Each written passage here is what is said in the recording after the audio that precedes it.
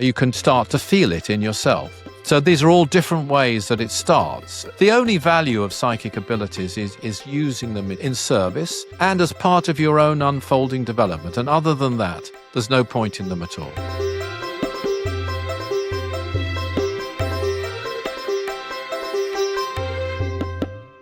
Welcome to Buddha at the Gas Pump.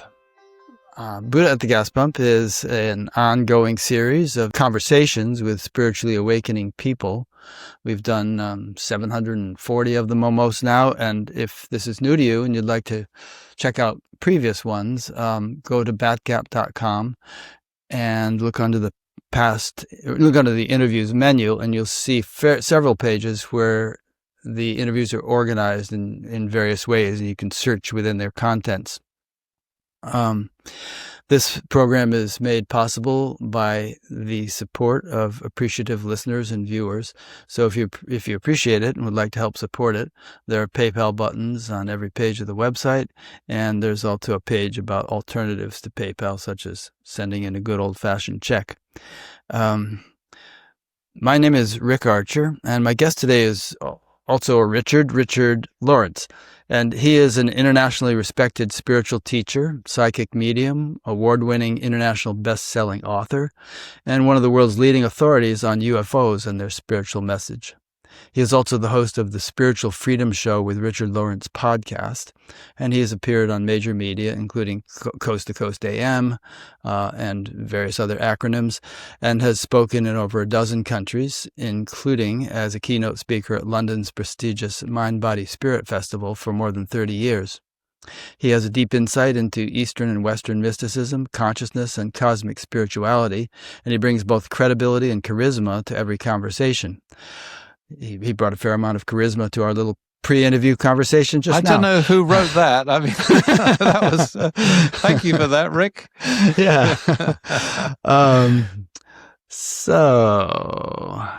Good. Alrighty. So, for starters, I'm going to let you talk for quite a bit, if you like, telling us more about yourself, about who George King is, about what the Aetherius Society is, and then I'll surely have lots of questions. Thank you. So I'm one of those people, and I'm sure a lot of your viewers will be the same, who and listeners, who was always searching. Well, I won't say always, because I remember the day I was age 14, actually, when I got up one day. I had a great childhood. Not one of these people who had troubles and difficulties and strife in my childhood at all. I had fabulous parents, family, opportunities, schooling, etc. But one day I woke up at the age of 14 and I just suddenly questioned, why are we here? Where are we going? What's the purpose of all this? There was something in me that wasn't satisfied, even by, as I say, a great life opportunities that were laid before me. And I presumed at the age of 14 that other people would know about that, would have the answer, that it would be pretty straightforward. And it wasn't. Good childhood, good education, all of that, but yeah. Didn't hit the spot. I mean, I've come across this so often since then from people. Some of them have had all kinds of traumas. Some people can find spirituality through traumas, through tests, through health problems, through crises of one kind or another. But some people have everything going for them in life. They might be much older than that, might be in their 40s, 50s, and then suddenly, but it's just not hitting the spot. So this happened to me when I was about 14. Well, I was 14. And so, as I say, I thought that adults around me would know the answers to this thing. I was at a school in England called King's School Canterbury, which is tied to the Church of England. The Archbishop of Canterbury is the most senior person in the Christian Anglican faith, and he actually confirmed me in as a Christian. And so I had access to some of the most senior people in the church, including the dean of the cathedral and so on. My parents were very good people. I thought they would know. So long story short, what was very disappointing to me is that none of these people did know the answers to quite simple questions, as far as I was concerned, that I was looking for. And the dean, who actually at that point was hoping I might in the future become a priest, said to me, well, look, don't worry. You'll have these questions. They'll come along. But if you don't think about them, they'll go away. Literally. And you'll find it okay. They're troubling things, but don't. And, when you're 14, when you're being, if I could say this, BS'd, you know when someone is not being real with you. It's and like, I could see it. Dental care, people say if you ignore your teeth, they'll go away. Well, yeah, that doesn't work either. So this was particularly disappointing. I actually wept. This was a boarding school, and I remember walking around the cathedral in tears because I had half a mind to be a priest at that time, and I knew I couldn't be because also he couldn't answer some of very basic. I'll give you an example of the kind of questions I was asking. If God is love and God is the one and only way and the way to truth and so on. But I want to stretch, I'm not picking on any one religion here. It just was the religion I was raised in. And I respect different religions, but for me, it wasn't satisfactory. If this is true, why were people born before Jesus? Oh, yeah, that's a good one. Just that. These are simple, and there's a few others. Why are people born in countries where they never hear about God, the Christian faith? If it's what would be the point of them even being born? And then if we want to get into the size of the universe and the number of inhabited planets, is Jesus on tour or what?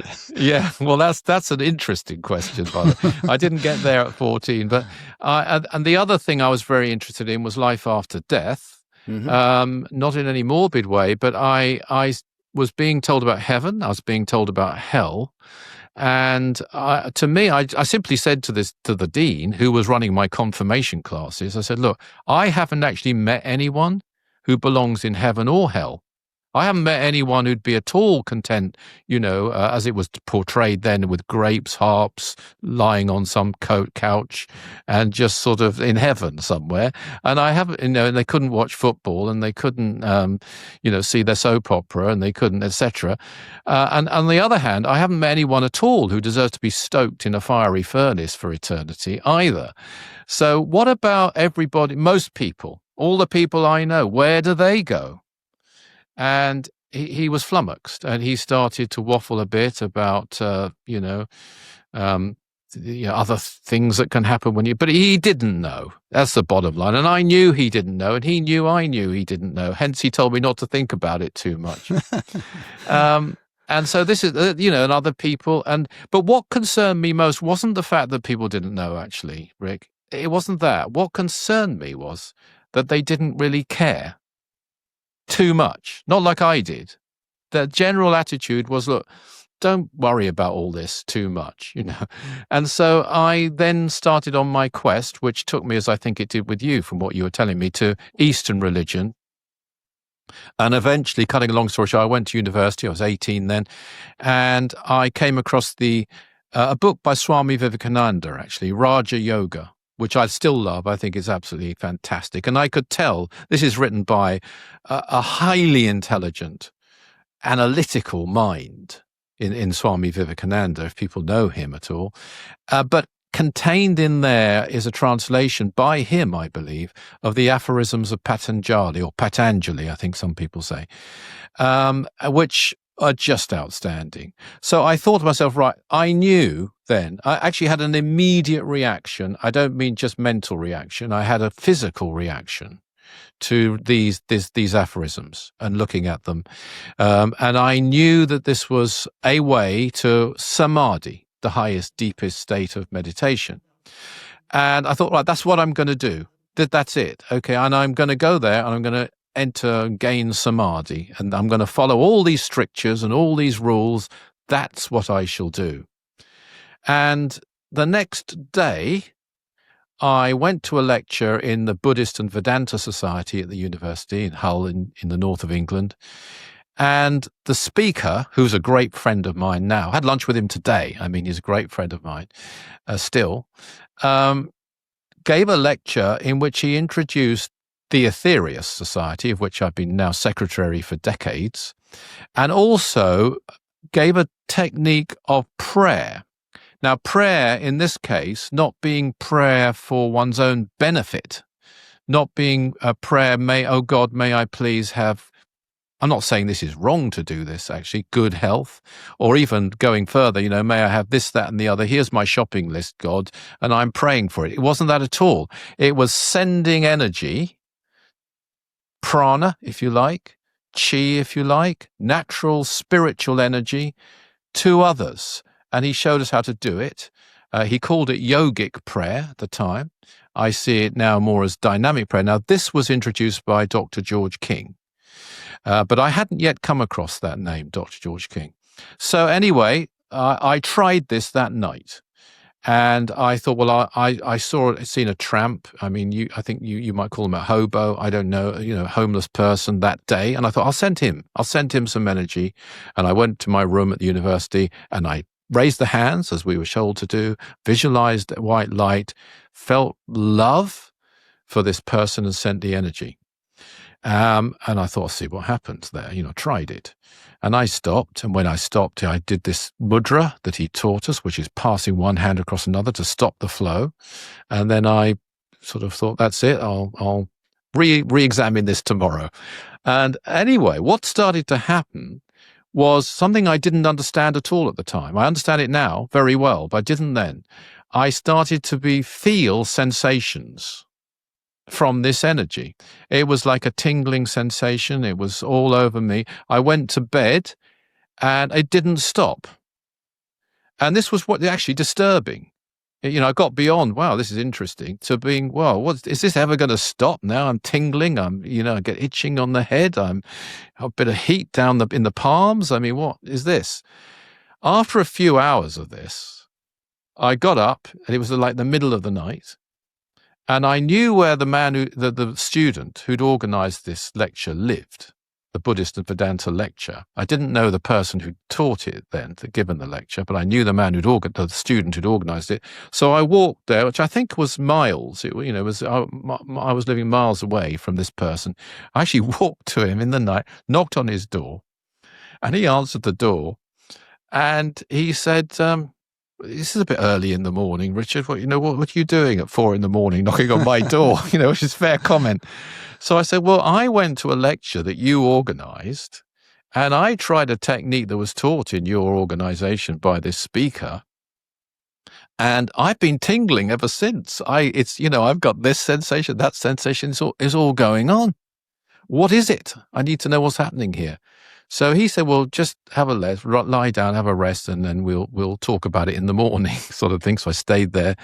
Next morning, I met John Holder, who'd given the talk, and I found out then what it was. It did stop. It did subside. It was just a natural reaction of my aura. Now I know these things. I didn't then. And by the way, I don't think this will happen. It certainly doesn't happen to most people that dramatically. It wasn't unpleasant. It's just that I wanted to know in fact, it was rather nice, but I wanted to know what was going on. So I then started to talk to John about the Aetherius Society, Dr. George King. Little did I realize that, later I would not only meet Dr. George King, I would work for him. I'd become, as it were, a disciple, because he was a great master of yoga, really the real thing. I mean, he was a fantastic person. And also, in the end, we became great friends. I mean, to the point where we would speak to each other, Dr. King and I, every day, probably for the last 20 years of his life, either on the phone or in person if I was with him, or however it was done. We were that close. And some of it was about the work, because I was running a lot of the society for him by then, not all of it by any means. But also we had a great personal rapport, which is amazing to me because he's much more spiritually advanced than I am by country mile, as we say in England, by a long chalk. But however, that was a wonderful thing. And then I co-authored the last 2 books that he wrote, actually. The last one being called Realize Your Inner Potential, which contains a summary of a lot of the spiritual practices he taught. And it's all put together in that one book. So, but in terms of the decision, I knew this was real. And I then decided, well, much as I'd like to dedicate my life to the Patanjali aphorisms, if you remember where this story started, I can't do that, because what was also made crystal clear to me as soon as I came across the Aetherius Society and John and then Dr. King, is that the number one priority isn't your own development. The number one priority is service to others. And I realized, or I believed, and I still do, I could perform much more valuable service through the Aetherius Society in a whole multitude of ways, healing, world prayer, and other things. And so that's what I dedicated my life to. What is very nice is that within the last 3 years, really, just over 2 years actually, I have finally experienced samadhi, or I say I've dipped my toe in the ocean of samadhi. But it's taken me, decades to get there. But I do believe this. I do believe that if you spiritually develop through service, that you experience the enlightened states in a different way, because you experience them with all the benefit of the service you've given, if you like, the karma of karma yoga, as if you like. And so, particularly in my most recent experience, and I've had 3 now, it was infused completely with love. And I do think that's what service, a life of service for anyone, it doesn't have to be the way I've done it, but in whatever way it is, that really brings that to the table, rather than just, as it were, a focus purely on self and your own development and your own evolution. Good. Well, that segues into a question. If you are going to serve as a lifeguard, you have to know how to swim. So there has to be some kind of development in order for you to be an effective lifeguard. Yes. And people, I'm sure, understand the metaphor. But on the other hand, they may also have experienced that spiritual people can be very self-absorbed, very fussy about their own particular situation and kind of oblivious. I mean, this is a generalization, and there are so many exceptions to it. But on the other hand, there are spiritual organizations and teachers who advocate both self-development and service, and in fact, emphasize that service, or seva as it's sometimes called, is conducive to self-development. Now, the phrase karma yoga is often just defined as performing some kind of action, for the betterment of others often. But if you think about it, it contains 2 words, yoga and karma. Yoga is union and karma is action. And there's a couple of verses in the Gita that pertain to this, but one is, I think it's Chapter 2, verse 48, Yogastar Kuru Karmani, which is established in yoga, perform action. And, right. Yeah. And that advice was given by Krishna to Arjuna because Arjuna was about to embark on action without having been established in yoga, and he was all conflicted about things. And and Krishna advocated resolving those conflicts by first establishing your awareness in a state of unification, and then on that foundation performing action. So that's kind of more of a statement than a question, but I'm sure you can springboard that into... I think that's absolutely vital point, by the way. In fact, the master Aetherius, who spoke through Dr. King, he's not the only intelligence who did, but he did over the years, because as you mentioned, Dr. King was a great medium. He said, it put it really simply, he said, go onwards, go upwards, but never forget to go inwards. Very good. And so it won't work. I've come across a number of people actually who live a life of service as speakers. And I remember one of them, and they've lost their way. I've come across a few who've done that. One of them was very honest with me, asking me for advice. They're a mind, body, spirit speaker in England, this person. And they said, I'm doing all this. I've been running these workshops for years and years, and I suddenly don't see the point. I'm not motivated. And I asked them that very question that you've highlighted. Do you do these practices? Are you only teaching others? Are you working on yourself as well? And they said, well, I haven't had time to work on myself. Yeah, roughly. It was a longer conversation than that. And that's what can happen. I've seen it happen. So you've got to fuel the flame. I think Because Gandhi once said, "I have a very busy day ahead of me, so I meditated 2 hours instead of 1," or something like yeah, that. You know? yeah, brilliant, brilliant. And a simple analogy is, if you want to shoot an arrow, you can't just put it on the bow and let go. It'll fall to the ground. You have to pull it back first and then let go. Yeah, and you need love, Yeah. and and love is cultivated from within. So obviously, if you just serve and you lose that flame and you lose that love, you'll run dry, you'll run out, and the wick will go low, and suddenly you Yeah. won't know why you're serving, or your service will start to deteriorate. Mm-hmm. And so I absolutely, and so I have been doing as well. Part of my karma yoga is like an umbrella, but it works in tandem with the other yogas, and it Yes. needs to. It absolutely does need to. We have actually the path that we follow in the Aetherius Society. We sometimes call it King Yoga because it's a composite of number of yogas. But the point I was making earlier is that And that's what service Raja is the Yoga main. means. Raja is king. Raja is, yes, that's interesting. That, yeah.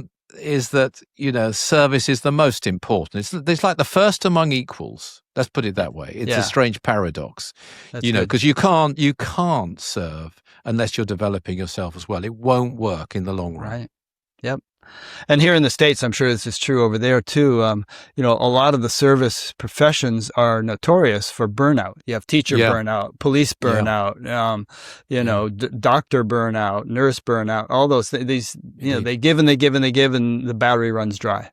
Yeah, or even worse, corruption. They think, well, why am I doing this? And I no longer want to. Hopefully this is rare, but I no longer want to be a police person serving the community. I'm not getting as much as these crooks. And then they turn themselves to corruption sometimes. So they've lost their way. Yeah. So the moral, in their case, it would be keeping that moral character. I'm completely with you on that, Rick. Yeah. Okay. So I realized I thought I had never heard of George King.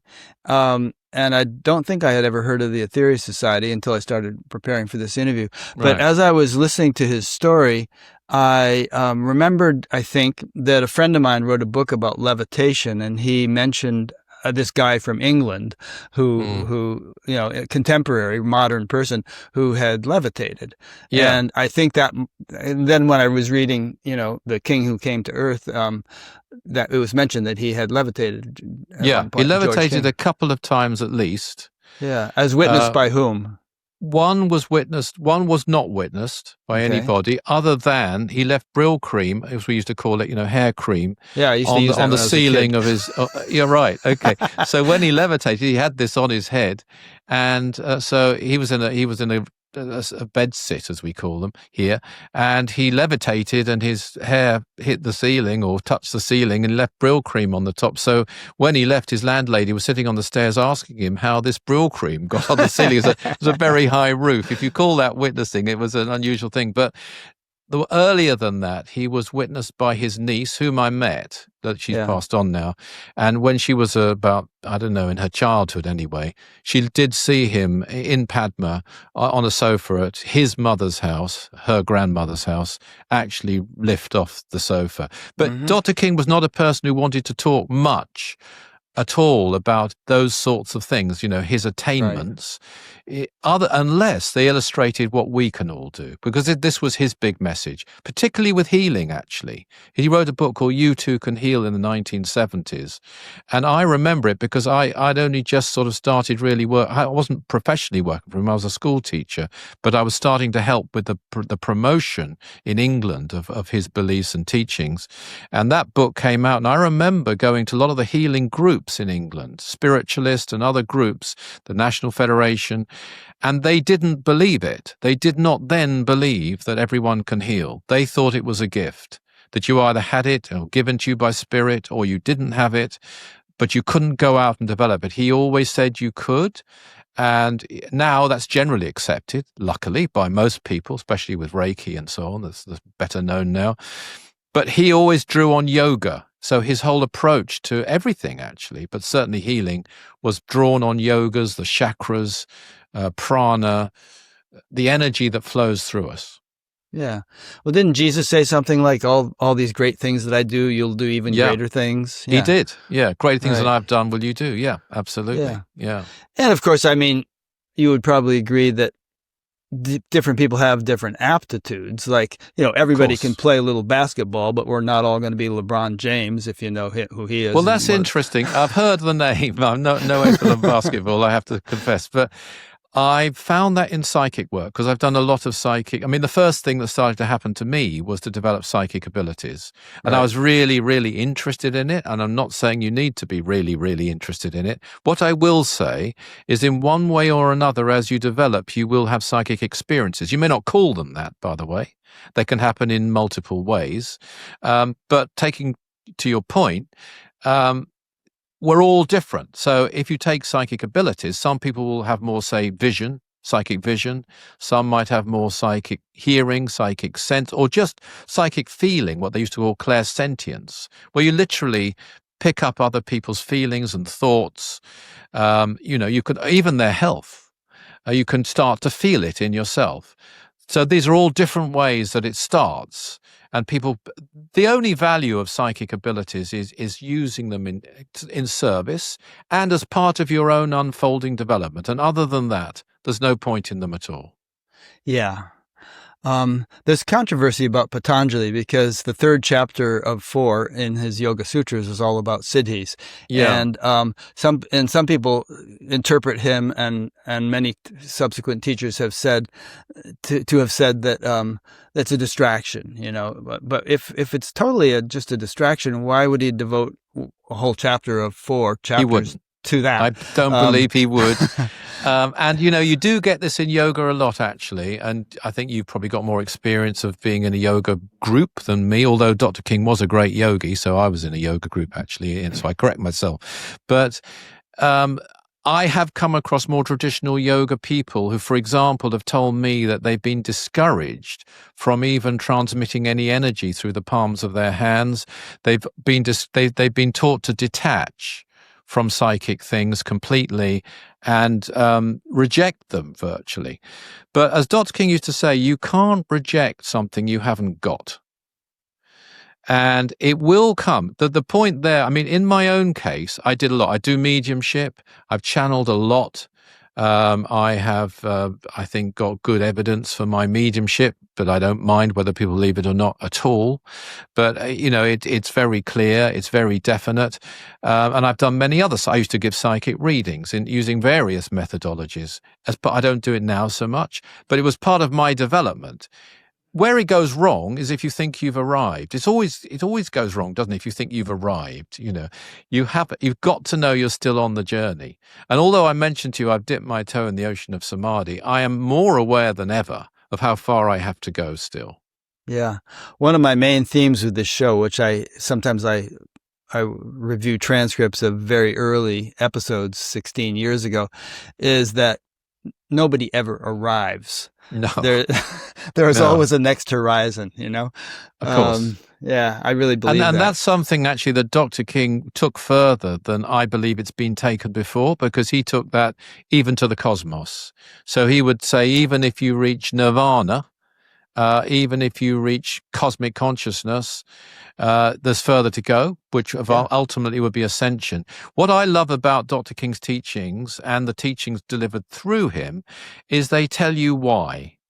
A lot of mystics and metaphysicians tell you how. And that's interesting. If you take, for example, karma, you can hear something like, as you sow, so shall you reap, which is great. What goes around comes around. Or to every action there's an equal opposite. I actually think that was Newton, actually, but to every action there's an equal and opposite reaction. Whatever it is, which is seen as a Buddhist idea. But that's all good. It's telling you what happens and it's telling you how it works. And to be prepared for it is very valuable. But Dr. King, if I can just share this with you, Rick, this is something Dr. King said about karma. He said, karma is pressure toward conformity. It is pressure directing you, the mind, and you, the soul, towards you, the spirit. So in other words, it's an evolutionary force. Is that what you're saying? Yes, exactly that. So it's telling you why. It's all designed and directed not to punish you, not even per se to reward you, although it might appear to do that. But what it's really doing is taking you from your, what you might call your lower self, towards your higher self. And all these experiences, and you do need to have these experiences. That's where a lot of the old yogis went wrong. They divorced themselves, or tried to, from experience sometimes. You do need to have them. But as he also said once, there's too many people having too much experience to experience the way experience should be experienced. Wow. I thought I'd throw that at you. I'm sorry about that, but I love that quote. But it's basically saying people having needless experiences. But if you have like a bucket list, is it what you need or not? But if you're having experience in the right way, it's absolutely, completely essential. It's God-given. Yeah. Well, as I understand that, we're like fish in an ocean of divine intelligence swimming around, and it permeates us as well as surrounds us, and nothing is accidental or arbitrary. Every little bird that flies across, or worm that crawls along, or, raindrop that falls on our head, everything is this part of this perfect divine orchestration. And in the big picture, everything is conducive to our evolution. And that might seem harsh if you consider some of the horrible things that happen to people. But if you consider the horrible things that happen to people to just be accidental, capricious things, then it's really hard to understand how there could be God or kind of a universal intelligence. I quite agree. And I think it's also, making people feel that they're unlucky, is terrible luck, and so on, isn't necessarily that helpful or encouraging to them. I mean, I'll never forget. I was doing I did lots of radio interviews, and that's where I discovered, by the way, lots of people who would say they're just ordinary people. They'd say they're not psychic, they're not special, they're just ordinary people, were having psychic experiences of all kinds, according to their anecdotal reports. That's all I can go by. But on one occasion, I was talking about karma on this show up in a place called Manchester in the north of England. And I was saying that if we can find something in an experience, no matter how tough, as you just said there, it can be really tough. If you can see something in it that is helpful to you, even if it's strengthening your resolve, or it's making you more compassionate, or whatever it might be doing, if you can find something in it, it helps you to get through it much more than just somebody expressing sympathy and, "Oh, I'm so sorry," which can actually make you feel worse. Kind of nice in a way, but it's not necessarily very encouraging. While we were on the air, a woman was listening. I've never met her, I don't think about her, but she was apparently listening to this, and she had decided to take her life, she said. And she had the pills there, and she said that as I was talking about karma and seeing it in this way as a helpful force, because there's so many people say, "Oh, I'm getting karma." Oh no, that's like, "Oh, I don't want to get karma." Instant karma's going to get you, and all that stuff. She said, as she was listening, a light, she said, physically came on in the room she was in. I mean, it wasn't a physical light, but it was a physical radiation. And she threw away the pills and decided to live. And she phoned the station. They got her some care. Every time I went up there, she'd call in, to the next year or the year after. And as far as I know, she recovered. And this was a conversation about karma. So I'm echoing your sentiment there. Yeah. And just one thing to throw in. I mean, sometimes people can be cruel in their application of this understanding. Like somebody gets cancer, and then you say, "Oh, it's your karma." I quite agree. There should be a huge dose of compassion and love and care and all that other stuff. But that doesn't contradict or conflict with the notion that there is a sort of a karmic mechanism that involved in every little thing that happens. Indeed, and I think that's where some of them went wrong in the East. where, well, that's your karma, so I'm not helping you. And you eventually you're a Shudra, you just dig ditches and it's your karma. But that's where the caste system, whereas Right. it was probably originally meant to be about fulfilling your dharma, it ended up, you can't break free of that. Although it seems to me that Sri Krishna was trying to advise people to do whatever, regardless of their karma and regardless of whatever vows or oaths they'd taken, to do whatever's the greatest good for the whole. And in fact, that's one of the big messages of Dr. King's. You can change your karma. Otherwise, what would be the point of knowing it at all? You can reset your dharma, if you like. Yeah. There's a verse from the Yoga Sutras, actually. It's Hayam Dukkam Anagatam, which means avert the danger which has not yet come. So you can take certain actions. Maybe you're going to break your leg, but instead you stub your toe because you've taken certain actions that have minimized the karma. Indeed. And you can do that to a degree for others and for the world too. There's world karma. Yes. There's all kinds of different levels of karma. Absolutely, yes. Yeah. By the way, on that note, one of the things, I had a radio show in London at one time with a station here called LBC. I used to do it every week. And we used to get a lot of psychics coming into that show. And they would be pretty accurate. I mean, and we know because it was set up carefully. I mean, I remember one, for example, just saying, well, you're wearing a pink shirt. It doesn't go with your green tie.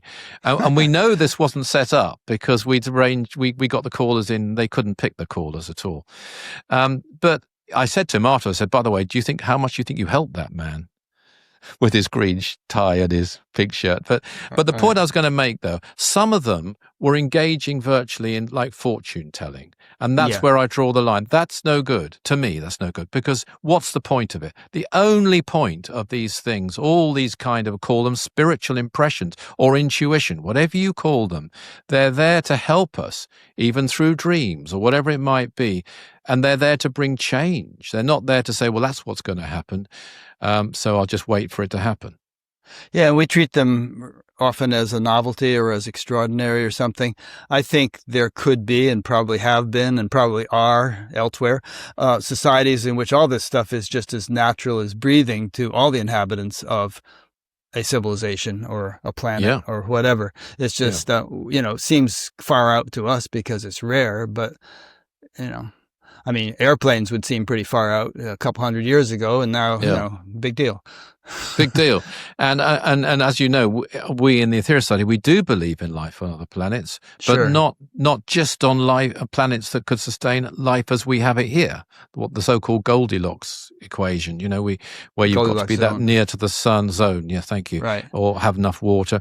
We believe in life on Mars, life on Venus, but we might not be able to detect it even if we went there, we, the human race.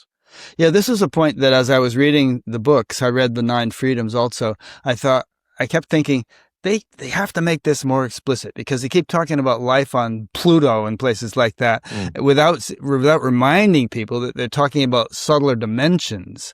Exactly. I'm fine with life on Pluto or the sun or whatever if we're talking about subtle dimensions, but it's totally absurd if you're talking about Pluto itself, not a nice place to take a vacation. Of course, yeah, and people think physical, and I don't know this, but because obviously I wasn't, working for the Aetherius Society when those early publications, although the 9 Freedoms is my favorite book in the world, as it happens, but I think there's a couple of things that I know for a fact that Dr. King made it clear right from the beginning, right from his very first public demonstration, which was in 1955 in London, that they were talking about subtle levels, about what we now call a multidimensional universe. That was made clear. But I also think in those early days, it almost didn't matter to people because they couldn't get there anyway. There was no space travel and the comprehension of what was going on other planets wasn't known. But that's just my take on it. I don't know why it isn't made more explicit, as you say. But that was like built into the framework of Dr. King's early communications at a time when other UFO contactees or flying saucer contactees, as they were known, weren't making that clear. Yeah. I actually, if you're going to reprint some of these books, I would put a foreword where you said, you actually explain that right up front, because otherwise it's going to be a stumbling block for people. Well, it's funny you say that, because one of our books, which is out of print, is called Life on the Planets. And we are working on it right now. And the very thing you've just suggested has been done, and it hopefully will be coming out next year, and it will have a forward of the very nature you're talking about before we go into describing what life is like on Mars, on Venus, on Jupiter, and Saturn. Good. Okay, that's good. Yeah. So just for the sake of those who are squirming right now with this part of the discussion, let's dwell a bit more on the multidimensional nature of life. I interviewed a guy named Jürgen Ziwi recently, and also 10 years ago, and he's been sort of having these out-of-body astral traveling visual experiences for decades, and he's also a very good artist, and he's written a beautiful book illustrating all this stuff using AI to pretty accurately depict, he feels, what these subtle dimensions look like. And there's really dark, hellish ones, and there are very beautiful heavenly ones, and there's everything in between. And, so I think it's an important thing for people to understand, if they really want to understand how life works, that it is multidimensional, and that there are probably more life forms on dimensions other than ours than there are on ours. Yeah, and that's exactly what the Dean of the Canterbury Cathedral didn't know when I asked him the question about what happens when you die. Because those in-between, as you put it, levels are the most populated, I would think. And you can go to them. You can travel out of body. I mean, people have near-death experiences, I know, but you don't need to have a near-death experience. There are many who've had out-of-body experiences. There are many who've had dreams which were much more detailed, and provably so in some cases, than just their wandering mind. And it's because these other realms do exist. One point Dr. King always made about them, which is very interesting, is that on those realms, if you were to be on another realm, and he tied it down to 7 realms, and then there are some lower ones, as you said, hellish ones as well, unfortunately. But if you were on one of those realms, while you were there, even out of your physical body, it would be very physical. Matter of fact, I had an experience like this myself. I had an out-of-body experience decades ago, actually. And I remember leaving my body, like floating out of the body. I was fully aware of it. I was being helped by a guy, I don't know who, but by some guide, a good person to be helping you at a moment like that. Left the body behind and went, and suddenly I found myself sort of moving along at great speed through a wood. And it was a bit like, from that point of view, a scene in, I think it was Star Wars, a film where you're curving around trees in a wood. Yeah, that was one of the Star Wars movies. Okay, and I'm lucky because I wasn't steering myself, so I seemed to know, and I wasn't bumping into anything. Anyway, and I got to what seemed to be like a railway siding. It was all very detailed. It was not vague, and I was still conscious and aware that I was out of the body at this point. It was not a dream, and I started walking down the road, because it was on a hill, the top of a hill, this railway siding. And as I walked down, there were people walking up who were going to bump into me. And I was like, what then I realized they couldn't see me. I could see them. So it was like the reverse, to say, some higher entity being here and can see us and we can't see them. And so it went on. It continued. The whole experience continued until it reached its like culmination. I won't bore you with the whole experience, but in the end, then I came straight back to my body and woke up immediately. As it were, not even woke up, came round, let's say, immediately. I've interviewed at least half a dozen people, maybe a few more, who routinely see this kind of stuff, as they're in the supermarket or whatever. And we have a categorical index page on batgap.com, and one of the categories is refined celestial perception, something like that. Right. So, if people want to learn more about this, and, go to that category and you'll see a bunch of interviews. But my sense of it, and I've only had a few little glimpses of this kind of perception myself, that were quite real, but just glimpses. But my sense of it is that there are some people, like I just described, who are human beings who can perceive some of these other dimensions routinely, or maybe through some special thing like a near-death experience or out-of-body experience. Mm-hmm. And then probably, I'm guessing, there are beings on these other levels who can only see their own level, but then some of them probably can also see our level. And which is why, I mean, that's a big part of what you do, is that, you and George King, have interacted with subtle entities, Yeah. who are aware of us, even though we're not aware of them. That's true. I mean, Dr. King, I don't claim contact with extraterrestrials myself. Okay. I've had sightings, and I've campaigned for the truth with governments and so on, very effectively, to a degree anyway, effectively, because the governments, in the end, they'll stonewall you, lie, etc. But having said that, though, he did. I didn't do that, but I certainly have had contacts from people in other realms, particularly actually writers, which wasn't my idea, but it was the idea of a particular guide by the name of Charles Bradlaugh, who'd contacted me. And what's interesting about receiving a communication mediumistically of, shall we say, a poem, is that when you receive it, I mean, in my case anyway, in his case, he entered samadhi every time he received what we call a cosmic transmission. I wasn't capable of that, but I had to use my yogic training and extreme concentration to the point where you can't think about anything other than what is being given to, not even what it means, and certainly not whether it rhymes or what stanza it's in, or a meter it's in, or anything like that.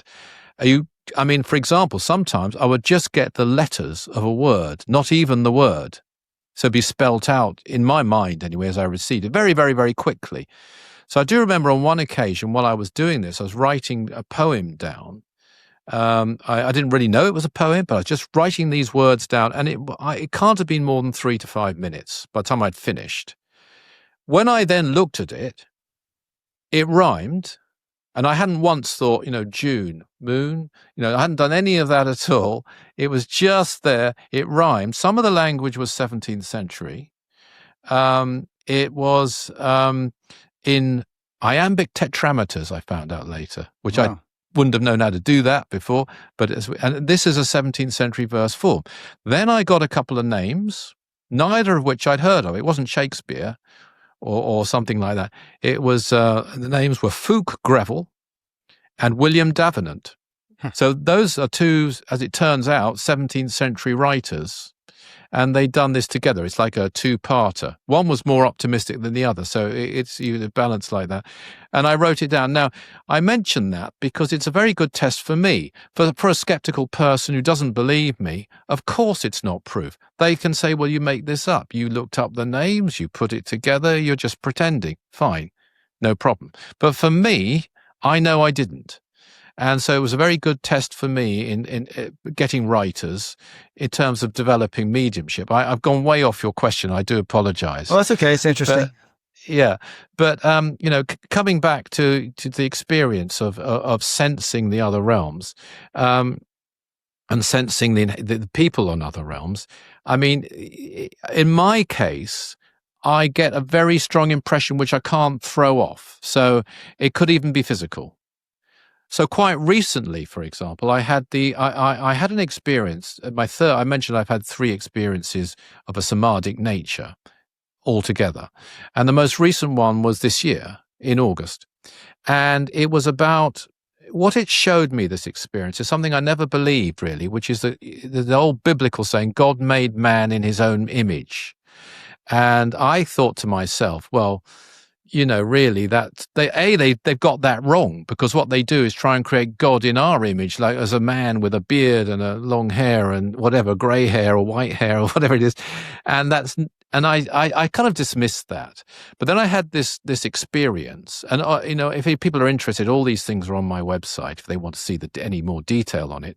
But what I realized through it, at a cosmic level, in a sort of state of what I might call entry-level cosmic consciousness. I've got a long way to go, so I don't want to give any impression I've kind of got there.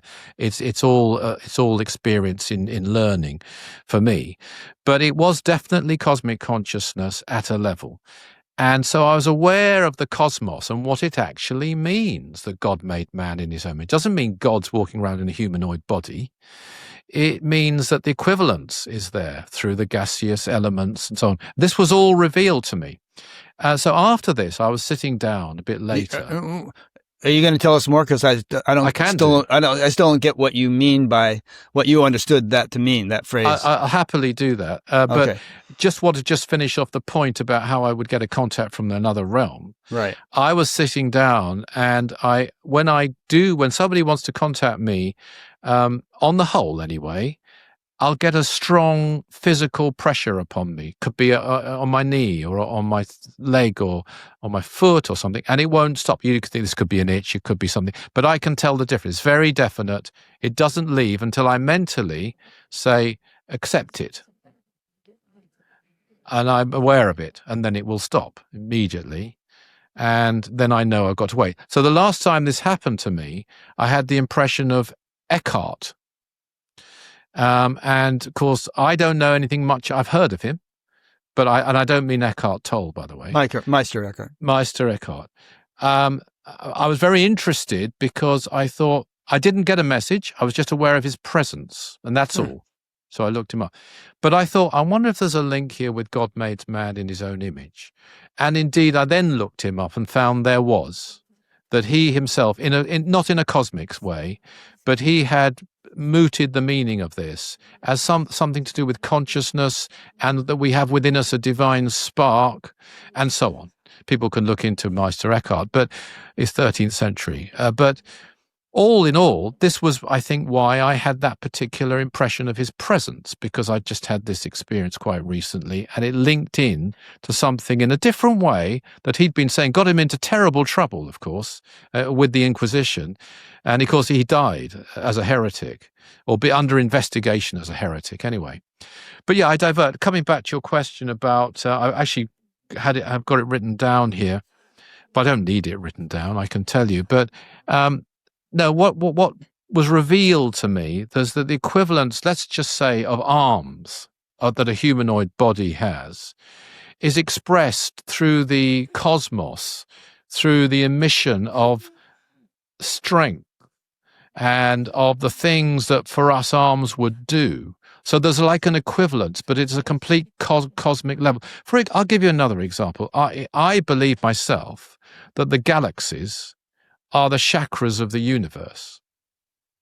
So there's an absolute equivalence there. Some people have drawn, parallel with the solar system and chakras and so on. But I think it goes further, because they are a combination. It's a magnetic body, and that's our belief.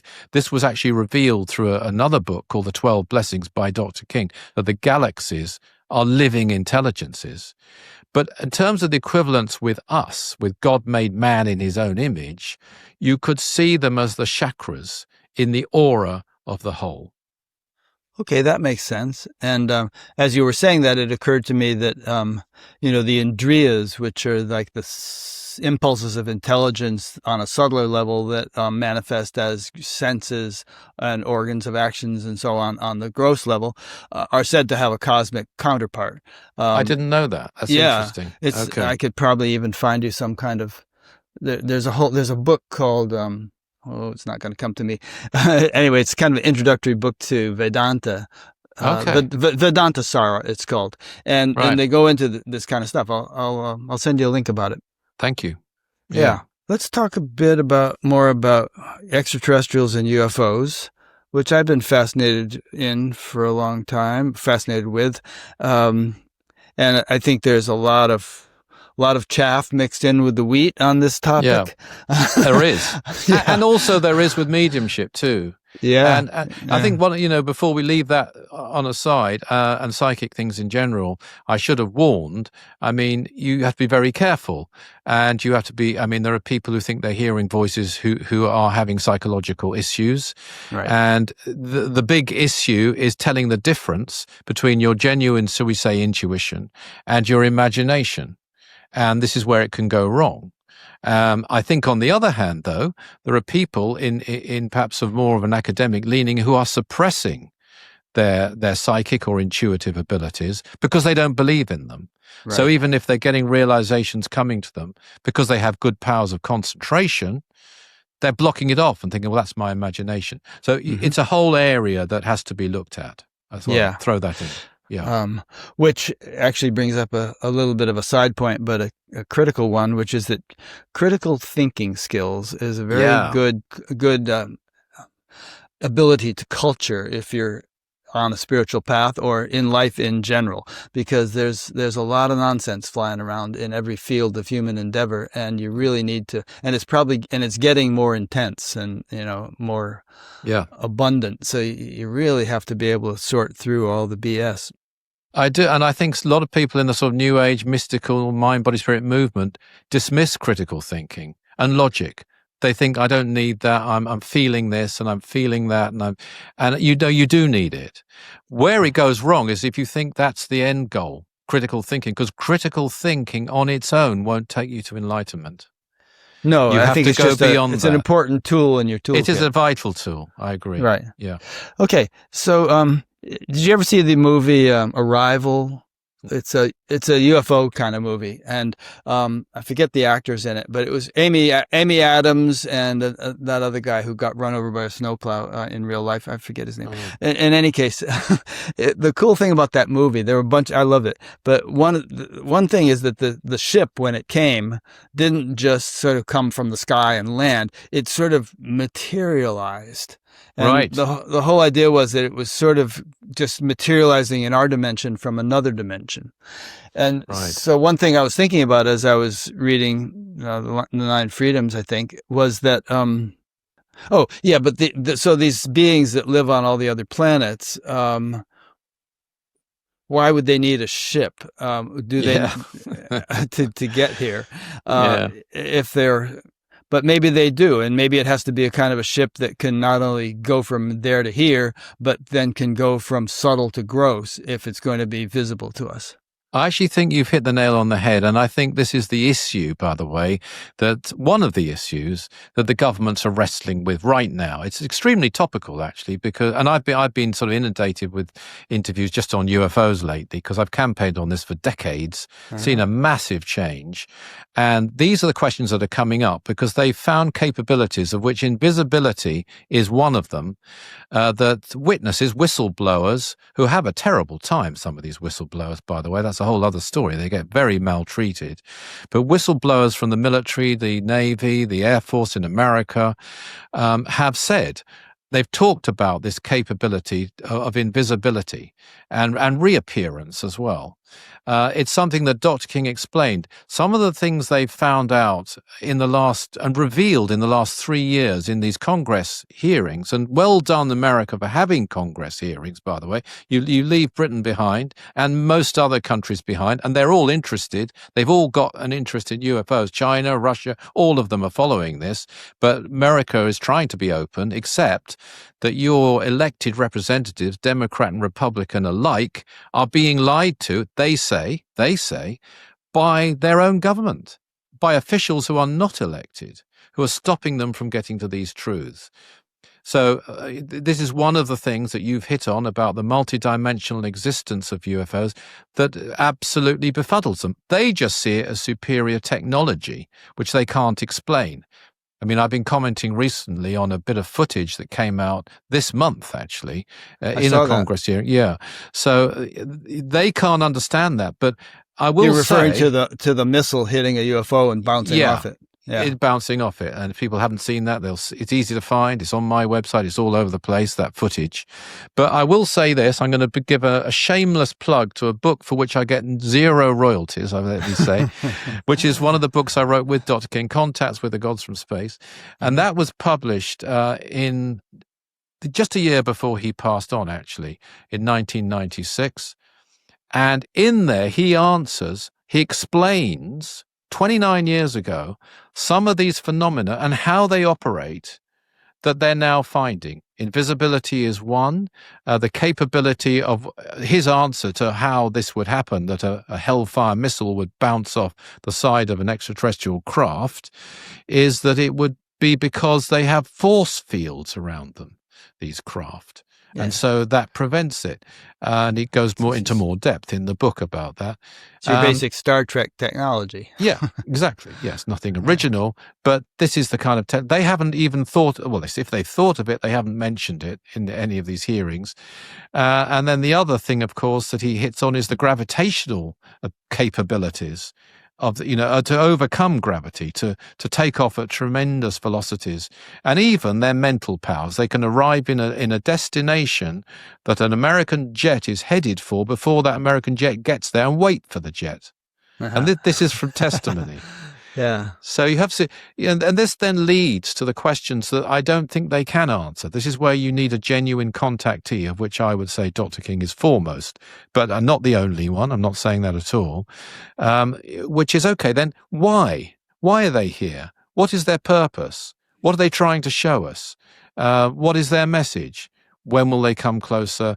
Those types of questions cannot be answered, even if they disclosed fully, because their interest, for the most part, by they I don't just mean America, I mean all these countries, is defense.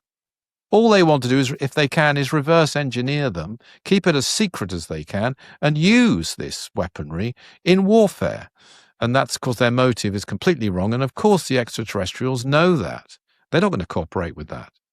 Yeah. Donald Trump just changed the name of the Department of Defense to the Department of War. Thought that would be a good idea for some reason. Might be more honest, maybe. I don't know. So you just actually posed a whole bunch of questions that maybe you can answer. But the classic question that everybody asks is, well, why don't they just land on the White House lawn? Yeah. How do you answer that one? Well, I answer it with one word, which is karma. But you could go into more depth. I mean, they know our motives. They know the effect that would have. Let's face it, if this footage is true, and no one, which has surprised me, has yet denied it. I'm expecting it to be denied, by the way, this footage of the Hellfire missile bouncing off the craft, the extraterrestrial craft. But if that's an example of what happens, you can't really be surprised that they don't land in some public place. They'll be immediately fired. They don't mind because we can't harm them. But and they don't retaliate. They're peaceful. They didn't fire back, by the way. But the point is, they are waiting for us to change, not just with our intellect, but with our innermost being, I think is the phrase actually used by the Master Aetherius. And when that happens, they will come closer. In the meantime, it isn't helping the fact that people lie about it, and people aren't pursuing the genuine information that is available out there. Yeah. Well, obviously, I mean, if they did try to land on the White House lawn, it's that area is very heavily protected and fortified, and they'd get blasted, Okay. And if they know that came anywhere close. They could try landing somewhere in the middle of Utah. They could, but they not that if they were blasted, it would have any effect on them. But that isn't the point, though. It wouldn't be good for us. It wouldn't be good for our karma. It's not good for our karma, presuming this footage is real, that we fired at a craft that was shown happened last October. This isn't good. And so what they're working for, and by the way, as you will know, you're obviously an expert on the old Sanskrit texts, I can tell that from this conversation. No, I've got some little snippets here and there. I love them, but I don't know Sanskrit. But let's face it, the Pushpaka Vimana in the Ramayana was a wonderful craft. This isn't new. Yeah, you're talking about some kind of aerial car that was discussed in the Ramayana. Yeah, and they're quite open about it. And it seems like a satellite. It seemed to carry a lot of people. They also had some pretty formidable weapons in some of those. They certainly did, indeed. So, but again, the Pushpaka Vimana was used in a peaceful way once it was recaptured by you might say, the forces of light, by Rama and his people. And the Bible is absolutely full of UFOs, and so are many other traditions, the Greek legends. One could go on and on. I find it quite fascinating. The Star of Bethlehem, that's not a star, and that was the people who cited that. The three of them were all wise, so we're told. These are wise men. So, I would believe their story if they're so wise, and so on. So these craft have been with us for thousands and thousands of years.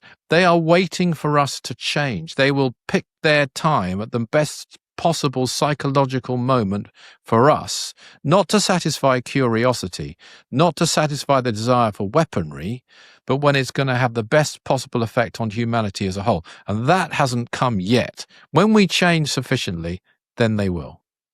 Yeah, I think you're right. And when you say karma, I think that's what you're using that word to summarize what you just said. But it's not that we could do them any serious harm if they tried to come here, but it would be too much of I presume it would be too much of a stretch for humanity to have completely open contact and interaction at this point. There has to be a certain readiness or maturity before it would be good for humanity.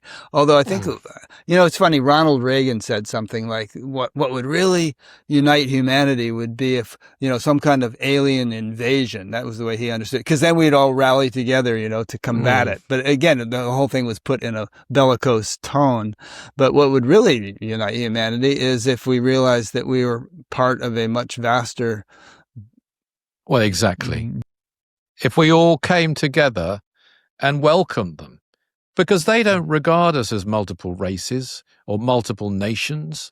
They regard us as one race, and they are helping us, I believe, tremendously. One of the things Dr. King mentioned is a craft which he calls, which you will have read about in the 9 Freedoms, called Satellite Number 3. Right. And this is coming into orbit at certain times every year. And we have the exact dates, and we publish the exact dates, and you can cooperate with it, and you can test it. Because the purpose of this craft isn't to be sighted, or seen even. The purpose is to radiate spiritual energy, to radiate helpful power to the world, all relative to how much good is being done. It doesn't mean you've got to believe in it or even know about it, but it will potentize the actions of all people who are doing good in any way on this earth. So that's one of the many things they are doing to help us, but they can only go so far, because what they won't do is contravene our karma, which provides, as we were talking earlier, the experiences we need. They don't want to rob us of experience. They could come here and solve all our problems. For a start, they can get here. We can't get there. These are more advanced, highly civilized, peaceful intelligences. And I believe Jesus came from another planet. I know this is controversial, and even Buddha, whether at the gas pump or not, I believe he came from another planet. And Sri Krishna. So that's my belief. That's what I think an avatar really is. They would say a divine incarnation or an incarnation of Vishnu. But I think these were interplanetary beings who came to Earth to help us at certain given times, but they had to, because of our karma, it always comes back to karma, be born through the womb of Earth women to perform their mission. They weren't allowed to just come here and intervene and solve our problems, because we have to make that move. It's down to us.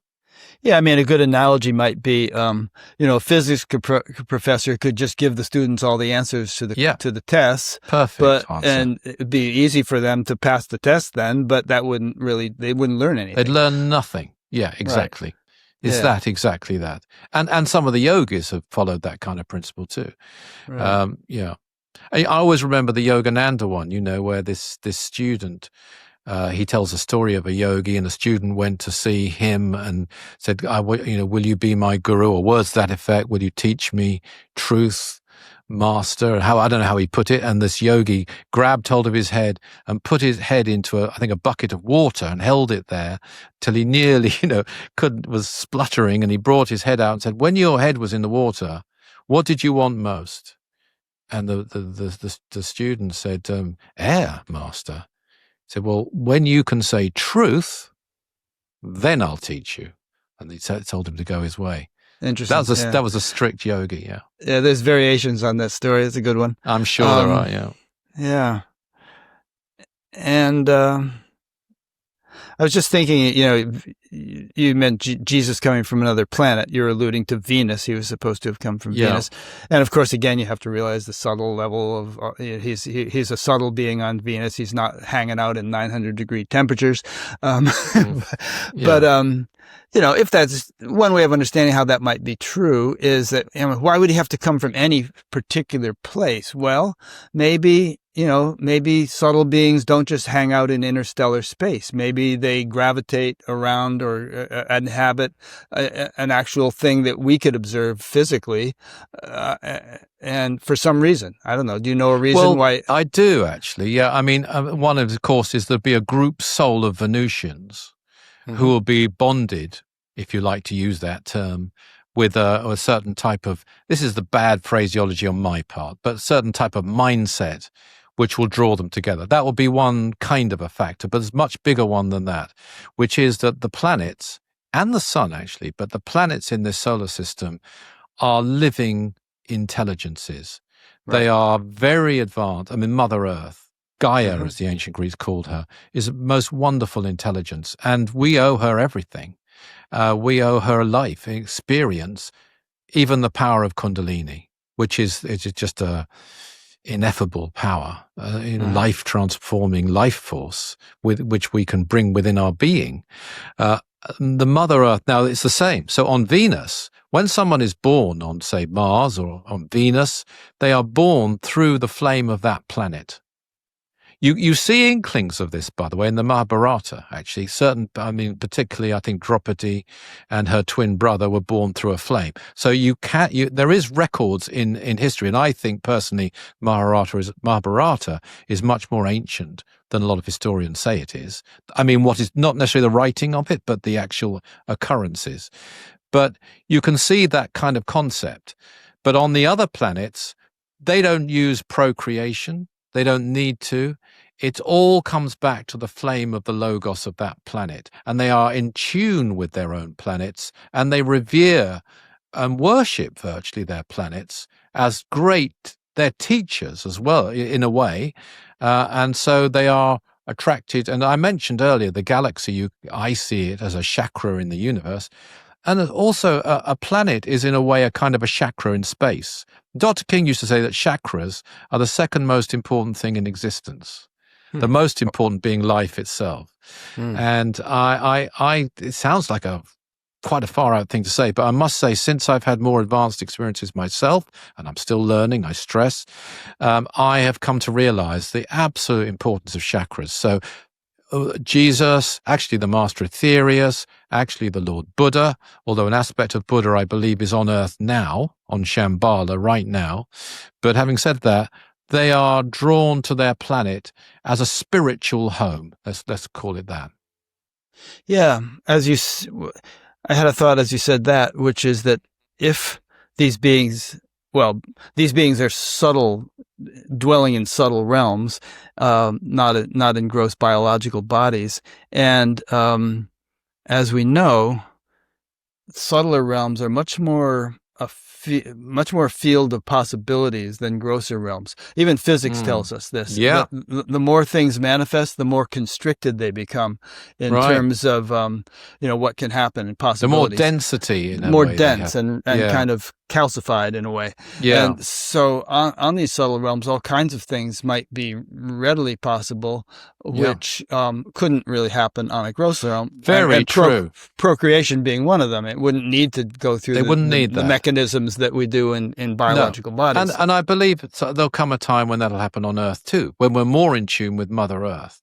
But taking up your point, I've had a couple of experiences actually that bear that out. First of all, when people talk about the chakras, and people who you'll see it on the internet and so on, and they'll give colors for them. I've noticed they tend to follow often the physical color spectrum of Earth. So if you have like red and then you have yellow, then in between it, they'll tend to think the chakra there would be orange, for example, because that's what would happen physically.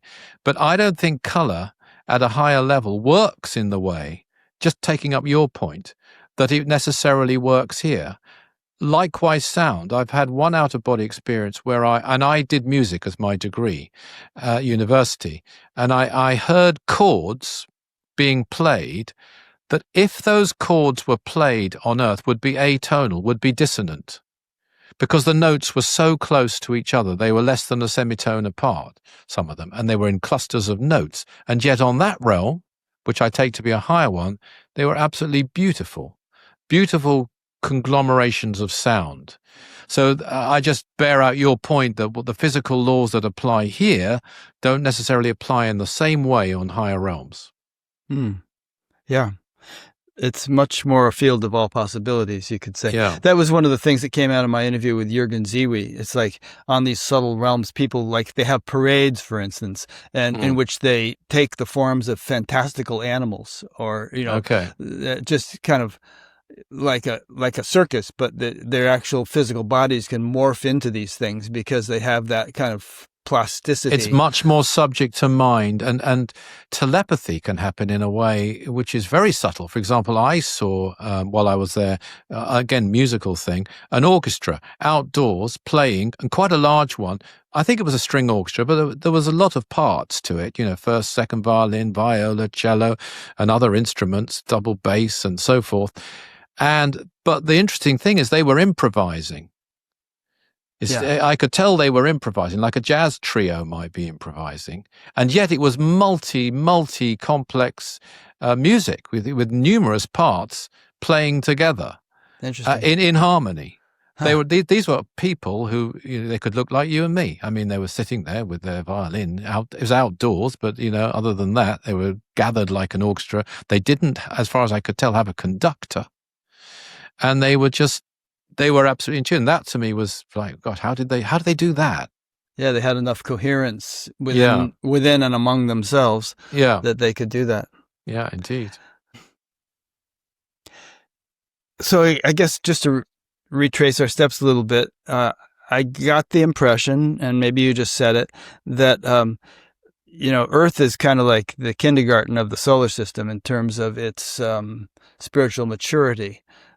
These other civilizations on the other planets are, albeit subtle, but more highly evolved spiritually than us. Is that correct? Yeah, with bells on, as we might say, absolutely. Yeah. In that, I mean, they don't have wars. Wars are insanity, complete insanity. And a lot of the imbalance, the unfair distribution of wealth, and so many things that happen here, they wouldn't permit. They wouldn't dream of walking past a sick person without sending them healing, or a plant, by the way. So they are, yes, put it mildly, highly advanced. They're capable of space travel themselves. And to come to an earlier point you made, they don't necessarily need craft to do that, but craft can be useful. Some craft aren't manned at all. They can be probes. This craft that was fired at might not have had anybody in it. But they can travel not only through the solar system, but beyond. And so they're much more aware of all life. And as a result of that, they're far more aware of really the why of existence, you might call it, the purpose of the cosmos and the plan of God. I thought of that other question. So it was, I've always thought of, not always, but I've pretty much always thought of the universe as being this one kind of massive intelligence. Intelligence is everywhere, but I hadn't thought as much as I have now, having read these books of yours, that there's actually sentient intelligence in all kinds of places which we don't consider habitable. I thought, maybe there's an advanced civilization on 1 out of 1,000, stars or something like that. But if your description of our solar system, I'm not just saying yours, George King's and so on, is that all the planets, including the sun, are inhabited by subtle, intelligent life, then I wonder if that is true of the entire universe. So every single, we know that almost all stars have planets around them. We can see that with the Webb and I think it's Kepler telescopes. But this could mean if all these other solar systems are like ours, this could mean that pretty much all the stars are inhabited. By and large. I mean, I can't be dogmatic and say I know that every planet's inhabited, but by and large, yes. I mean, it's teeming with life and very different kinds of life forms. Certainly not saying humanoid necessarily at all. Multiple forms of life existing throughout the universe, all evolving back to God again, to where we came from. And of course, the beauty of that is, actually the Master Jesus, as we call him, who spoke through Dr. King and gave the 12 blessings, he had this wonderful statement in there that we will return to the Godhead as conscious gods. So when we go back with something. It's like there is a purpose behind all this. There's a purpose behind what they used to call the outbreathing and then the inbreathing, the great return, which is we return with a type of consciousness, which is way beyond just intellect, a complete consciousness gained through experience, the mastery of experience, you might say, the right experience. And that experience can be internal, in our case, through the chakras, through Kundalini, through the nadis internally within us and our mind within us, the unconscious, psychologists call the unconscious, which should be divided into two things, subconscious and superconscious. They often miss out on superconscious. But that whole area taken back into light, taken back into perfection, as with the outward journey, it will all eventually be consumed back into God, where it came from. Saint Teresa of Avila said, "It appears that God himself is on the journey." And and that's something to say, because in her case that would be Jesus, of course. Well, but no, she's thinking of God in the big sense. I see. Okay. Just the whole. Okay. And what you just said reminded me of that, because you can think of the whole universe as being the manifestation of God on his journey, and all of us are little cells in that body of God, which we are on our individual journeys as part of, God being on his or her or its journey. The whole thing is one just giant evolution machine. His, her, and its, I think. Yeah, right. Agreed. Yeah. Now, one of the things I love, and I imagine you might too, is the fact that some of these experiences, these spiritual experiences, these Buddha at the gas pump experiences, if you like, that are being had and have been had through the ages, are absolutely uniform.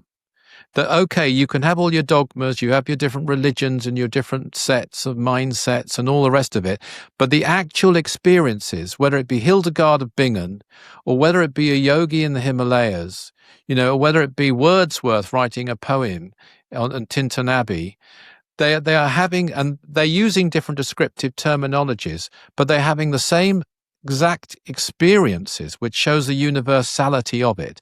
It's above dogma. It's above even any particular one religion. It's a universal path, if you like, a universal journey, a cosmic journey. Yeah. And it's not necessary to believe in any of this stuff. I mean, I like to, I often quote Aldous Huxley, who said that the greatest advance of the scientific age, or greatest contribution, was the development of the working hypothesis. And I think you can apply that to all the spiritual concepts. Take them as working hypotheses. Don't reject them. Don't believe them. I'm always saying that. Yeah. I think that's very important. And people are having experiences that they don't understand.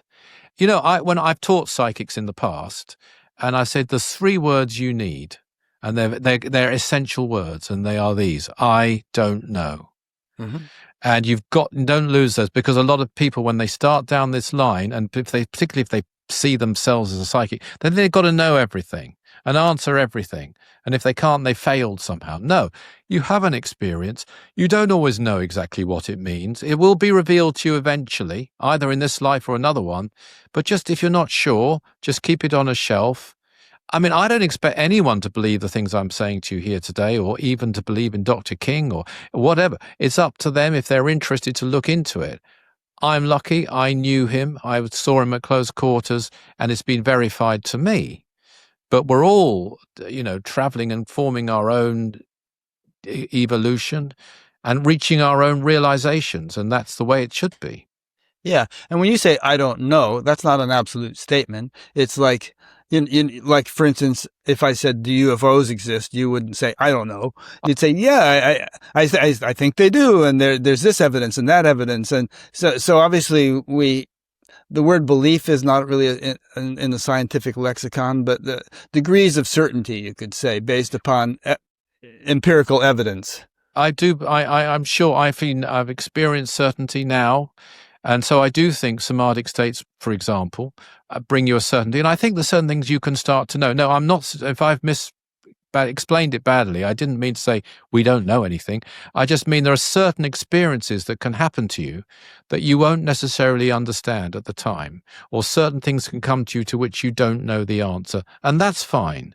But for sure, as you go down this path, and particularly as you start to tap into your intuition, and it starts to live within you to the point where you can recognize it, if you like, the still small voice within, if you like, you do gain greater and greater certainty of various things. And if you enter higher states of consciousness, there are things you'll know, and that's for sure.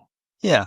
Well, I always like to compare spirituality and science and think of spirituality as a scientific enterprise in which you gain certainty by degrees as you gain experience. Yeah. And, you don't necessarily have to reach a state of ultimate, absolute, 100% certainty. Maybe you will, but, then there could be, that won't mean like that you know everything, because again, there will always be some deeper or realization that could be had. Well, that's one of the things about the 9 Freedoms, which you've been good enough to look at. I mean, that book, the 9 Freedoms, that's my favorite book, because Dr. King is saying there that, even if you reach nirvana, or even when you reach nirvana, and you go beyond that, and eventually you'll ascend, and then reincarnation will become unnecessary. That's another thing that's explained in the Aetherius Society, not only that reincarnation exists and how it operates, but why it operates, why we even need it.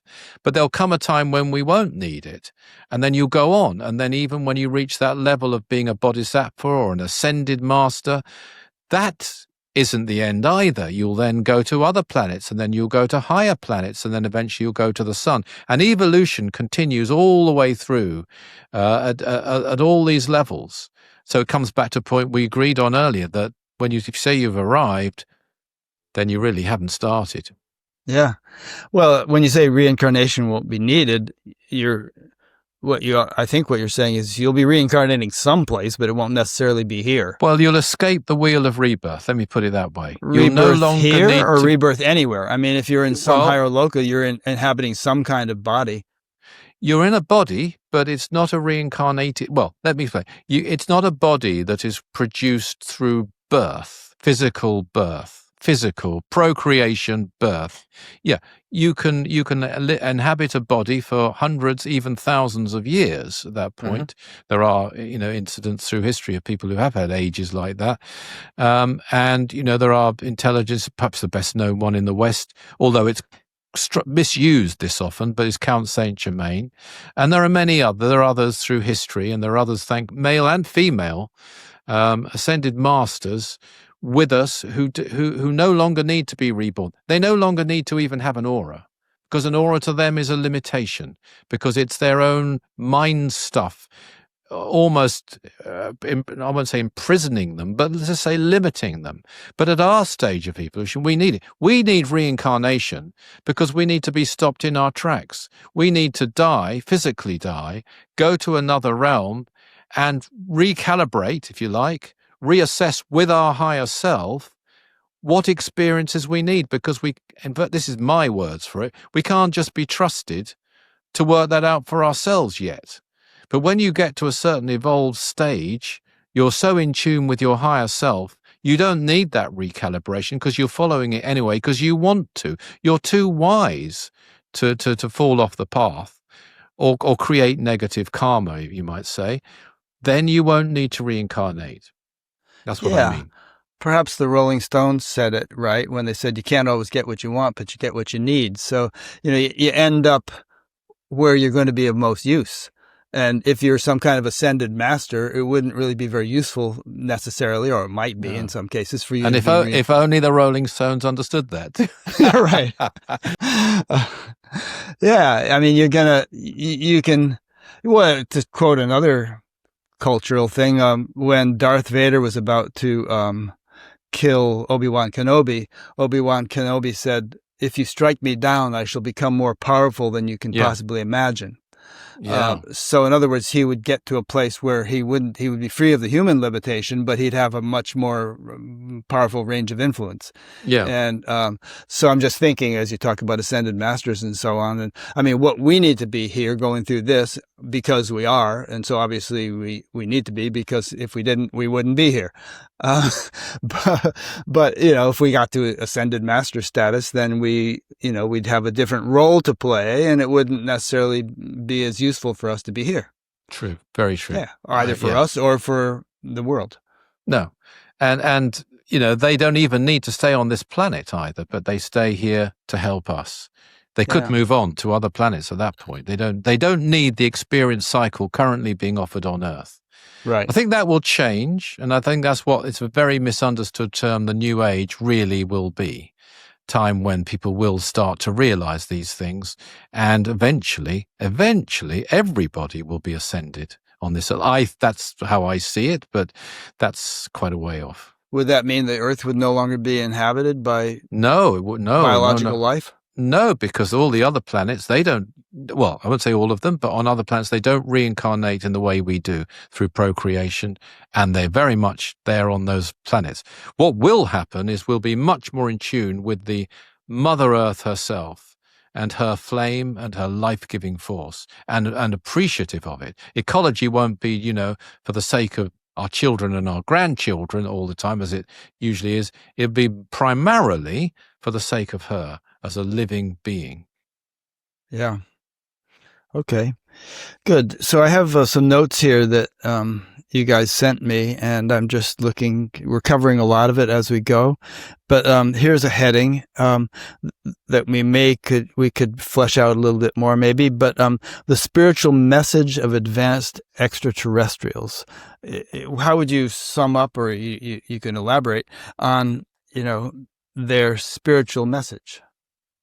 Well, I could probably do no better than quoting one excerpt, which is about service from the Master Aetherius. And this is what he said about a being whom George Floyd, He- George King channeled. Yes. He was the one who first contacted Dr. King in 1954 in what we call the Command. And from 1955 onwards, Dr. King went public. Dr. King was quite a shy person, actually. He didn't like the public eye. He had no choice, really. He was a brave, courageous man who stuck to his guns and has been vindicated many, many times. But he started to channel the Master Aetherius right from the beginning. And this was in 1960. And it's a transmission that's called From Free Will to Freedom, which is the key to everything, actually, because free will is when we really follow our lower self, and freedom is when we follow our higher self. Hence, the Ascended Masters have freedom. But this is the quote about service. This is the great key, the great yoga, the great practice, the great Christianity, the great religion, the greatest deeds that you can do in these days. Service, service, service is the key, which will open the doors to all the powers, to all forms of enlightenment, service to others. 1,000 years ago it was meditation in the silence. Today it is service in the noise, service in the clatter, service in the foulness, in the smell, in the ignorance of mankind. And that's really the essence of their message, to give service. Yes, do the spiritual practices. Yes, meditate. Yes, go within. But above all, to be giving service through prayer, through healing, through teaching, through the sort of things we're doing right now, sharing this knowledge wherever we can. As one thing I'd like to say to anyone listening or watching, by the way, when we put our minds to these kinds of thoughts, particularly in an open-minded way, when we're studying teachings or considering them or listening to them, we are empowering them. And when we empower them, that affects the mind belt of the whole world. And that makes them more readily accessible to humanity as a whole. So you might think, well, I'm just studying for my own benefit, but you're not. You are studying for your own benefit, but you're also studying for the benefit of the whole world, because you're putting those thoughts, which are desperately needed, into the mind belt, or the etheric belt, if you like, or the akashic belt of the world. And this will make them more readily accessible, because at the moment, the kind of thoughts that are there are political, are sport, are all kinds of multifarious activities, and that's what's being fed. And so those are the sorts of things on this level, at least, that we kind of, as it were, suck up, that we are readily thought. They're easy to think. And so we've got to bring a kind of change of consciousness in this way. If we were on a higher realm, if we were on what I might call, so Dr. King said there were 7 levels, of this is level 1. If we were on, say, level 5, high level, or level 6, it would be much easier there to think a spiritual thought. Matter of fact, it's quite difficult not to. And when you do enter a higher state of consciousness, you have to be careful, because I say careful, but there's a tendency just to want to bliss out. And if you're trying to focus on something, you need to kind of bring your concentration back to the point. You don't reject the bliss, but you have to work through it, which is a wonderful thing. I make it sound tough, but you can almost just drift off, because those thoughts, that sort of emanation of thought, is so powerful, and it's a wonderful thing. But here on this realm, it's quite rare. So this kind of thinking is desperately needed. Yeah, you probably know that verse from the Gita that many branched and endlessly diverse are the intellects of the irresolute, but the resolute intellect is one-pointed. So being in a higher state does not necessarily mean being a space cadet. No. You actually have much sharper focus of attention if you're properly integrated and with that state. Yeah. Well, actually, there's an interesting statement along those lines. Actually, it's a different context about ascension in the 9 freedoms, where and it's going to take me perhaps a while to find it, but I think he describes it as a single-pointed, single-faced jewel, and single-pointed. I'll have to find the exact quote. I don't want to misquote it. It's quite similar to what you just said. Yeah. And on the collective consciousness point, you didn't use that phrase, but you were alluding to the same idea. A number of people do talk about that. I mean, your fellow Brit, Rupert Sheldrake, talks a lot about morphogenetic fields. I met him, and many others. And the idea is that consciousness is kind of like a big sponge, and there are hierarchies of it. There's individual consciousness, family, community, nation, world, and it absorbs the emanations of all 8 billion of us, and they build up, whether positive or negative. And some would say that wars are just the sort of like the outbreak of negativity and collective consciousness, much like lightning is the result of enough static electricity in a cloud. It has to release at some point. Yeah, indeed. Let me just give you that quote, which I mentioned. Then we'll come back to that. Sure, I was just giving you some time to find it. Thank you. Yes, we're working together on this. Yeah, no, this is the quote. Ascension is like a single-faced jewel. It is pointed. It reflects light and radiates light, and yet it is made up of all jewels. Nice. So that's a beautiful quote there. No, but that's so true. And this is one of the things about working for peace. And we do a lot of prayer for peace. In fact, over 200 of us went down to pray for peace and aid in Gaza. I know it's still terrible out there. But you went to Gaza we went to Israel? No, we went to a holy mountain or hill in England. Some people came from other countries. We prayed on there using mantra and the 12 blessings given by Jesus together, combined, and sent it out. And we prayed for aid.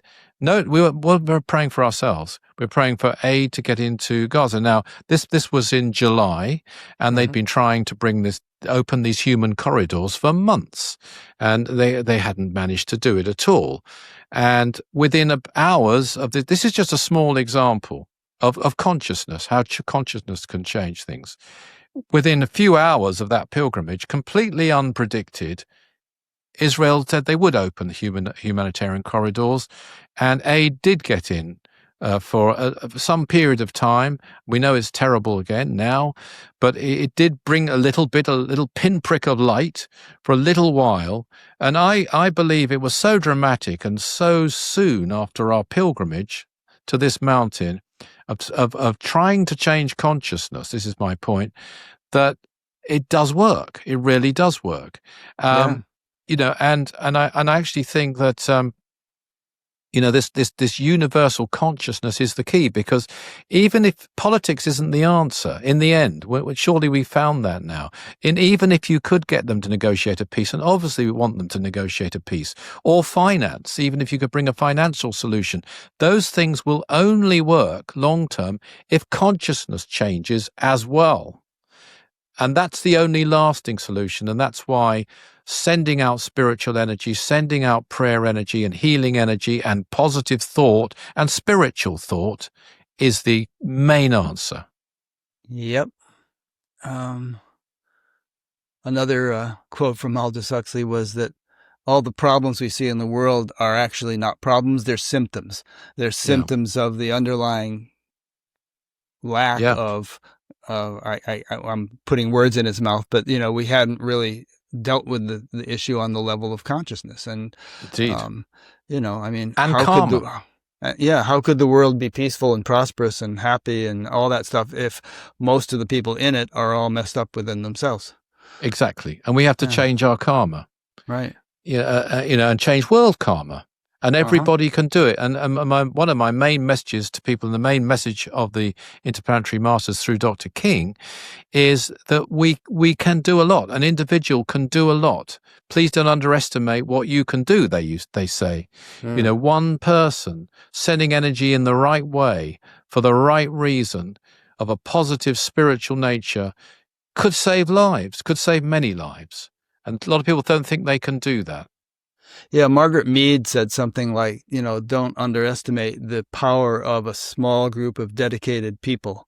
That's really what usually brings about big changes in the world. I'm very roughly paraphrasing. She said something like that. And we've seen that, haven't we, multiple times. Yeah.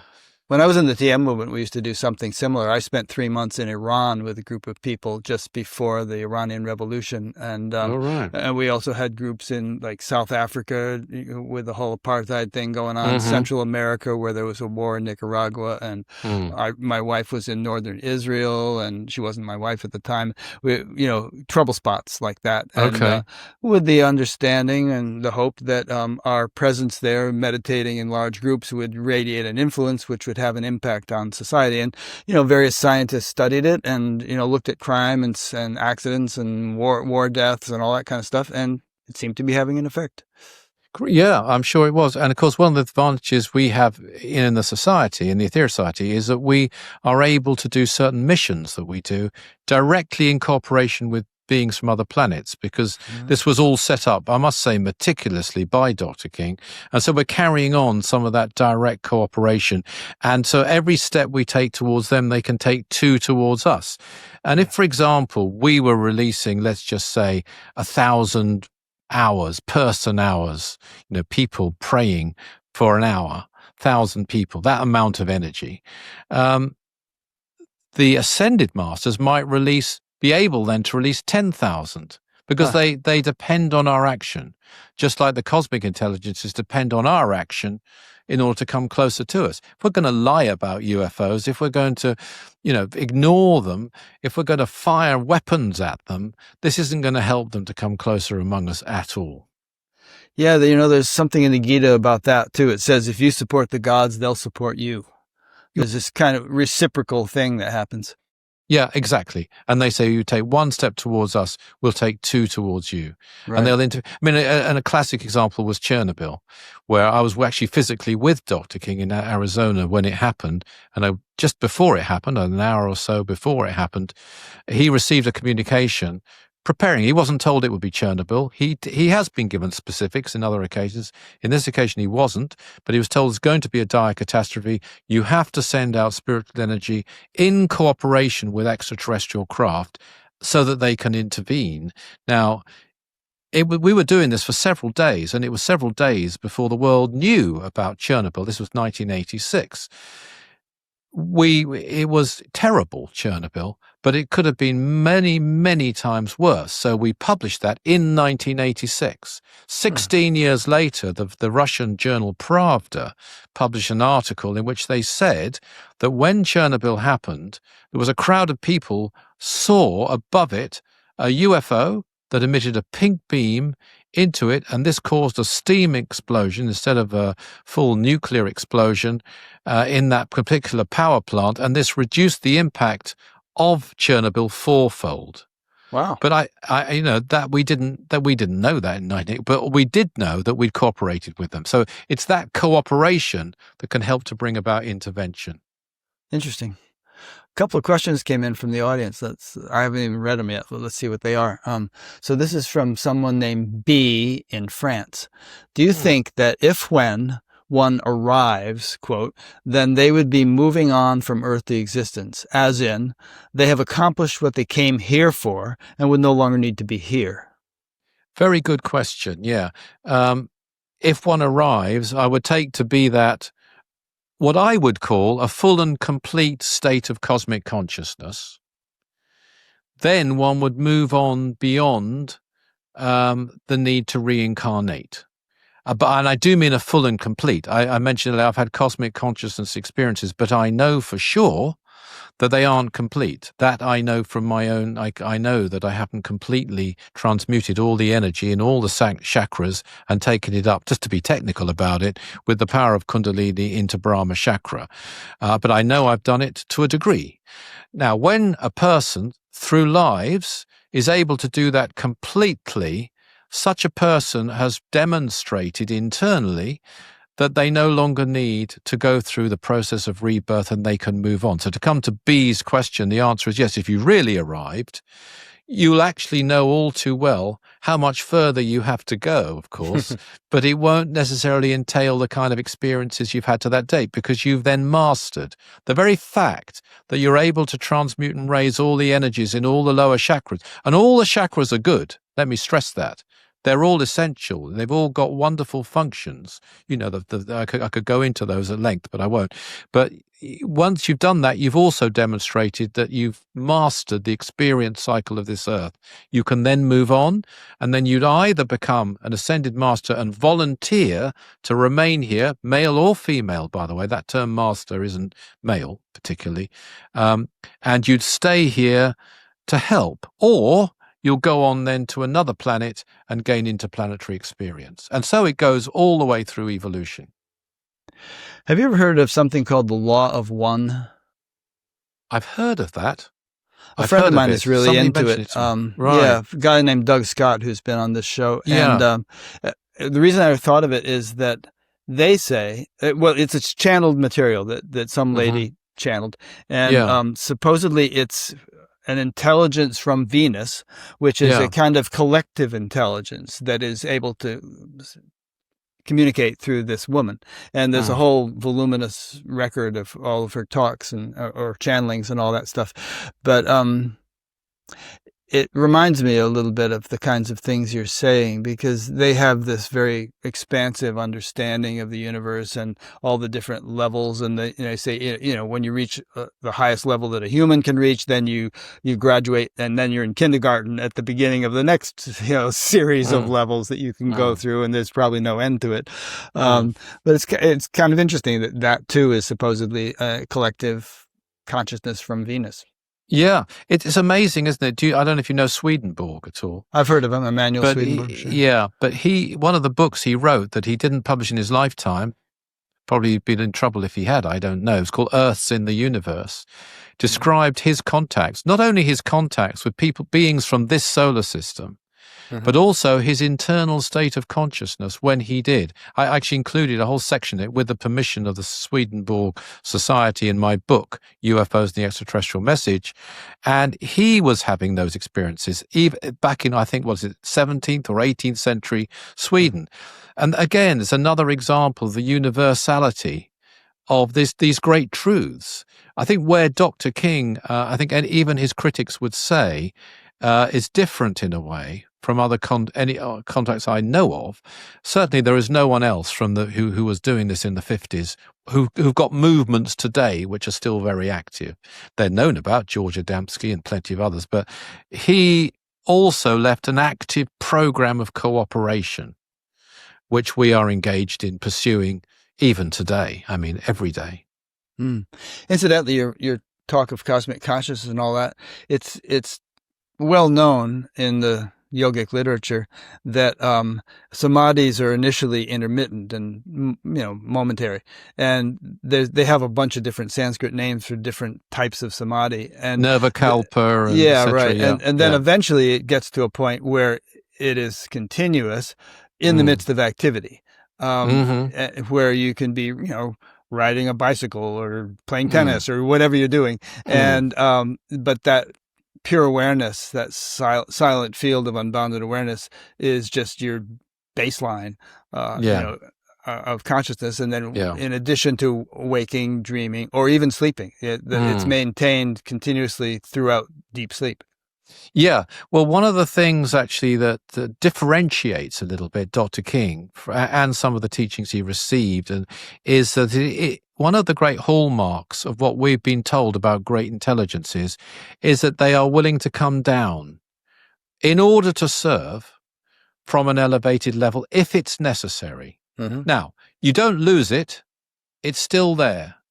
And what I've found myself, because I've had two experiences now of cosmic consciousness, and when I had the first one, and I could stress entry level, I call it, a couple of years ago, it was absolutely incredible. And a lot of people said to me, well, in fact, incredible is a silly word. You can't describe it at all. And I think but I tried to. I put it down. You can see it on my website. But a lot of people said to me, well, don't you want to go back there? And don't you want to inhabit that world? Because you can't move around, you can't walk around, you can't do what we're doing now while you're actually in that particular state. You can be in a good state, it can affect you, it will affect you forever, but you have to leave that state just from a practical point of view. Now, I said to these people, well, what I wanted to do actually was serve. Now, I did before, but I came out with a much greater sense of oneness. And so oneness, the only logical thing to do is to serve all life. So that's what I wanted to do. That's what I've done. I had the opportunity, just came about this year to enter it again. But my point is this. I found that when I entered it again, it was much fuller, particularly with love. And so there was progress, and I do believe that the service I'd given in the interim, the experiences I'd gained in the interim, had added to the state when I re-entered it. It hadn't gone, it was still there, but it was more complete. Well, I think that's very important. It has to be integrated, and an integrated state of realization is much more profound than, by integrated, I mean able to function in the world while you're in that state, is much more profound than being able to have that same state in a state of immobility with your eyes closed. I mean, it's the same state, but the one is sort of non-functional, and the other is you're able to interact, and it becomes a living experience instead of, There was a story of Vivekananda when he first had his big spiritual awakening. He went to Ramakrishna, his guru, and he said, "Oh God, I made it. This is so great. I want to just go off to the Himalayas now and sit there with my eyes closed." And Ramakrishna said, "I am so disappointed in you. I expected you to do something with this." Yeah. Well, that's the whole point, isn't it? I mean, in all humility, I say that because I gather Ramakrishna actually didn't really want to encourage him to enter it too much, because he wanted him to stay after that functional and active in the world. But that's what it leaves you with. But as you made right at the beginning, you've got to go inward. You can't neglect the inner side, because if you do, again, your wick will run low, and you won't have the fuel you need for the life of service you're living.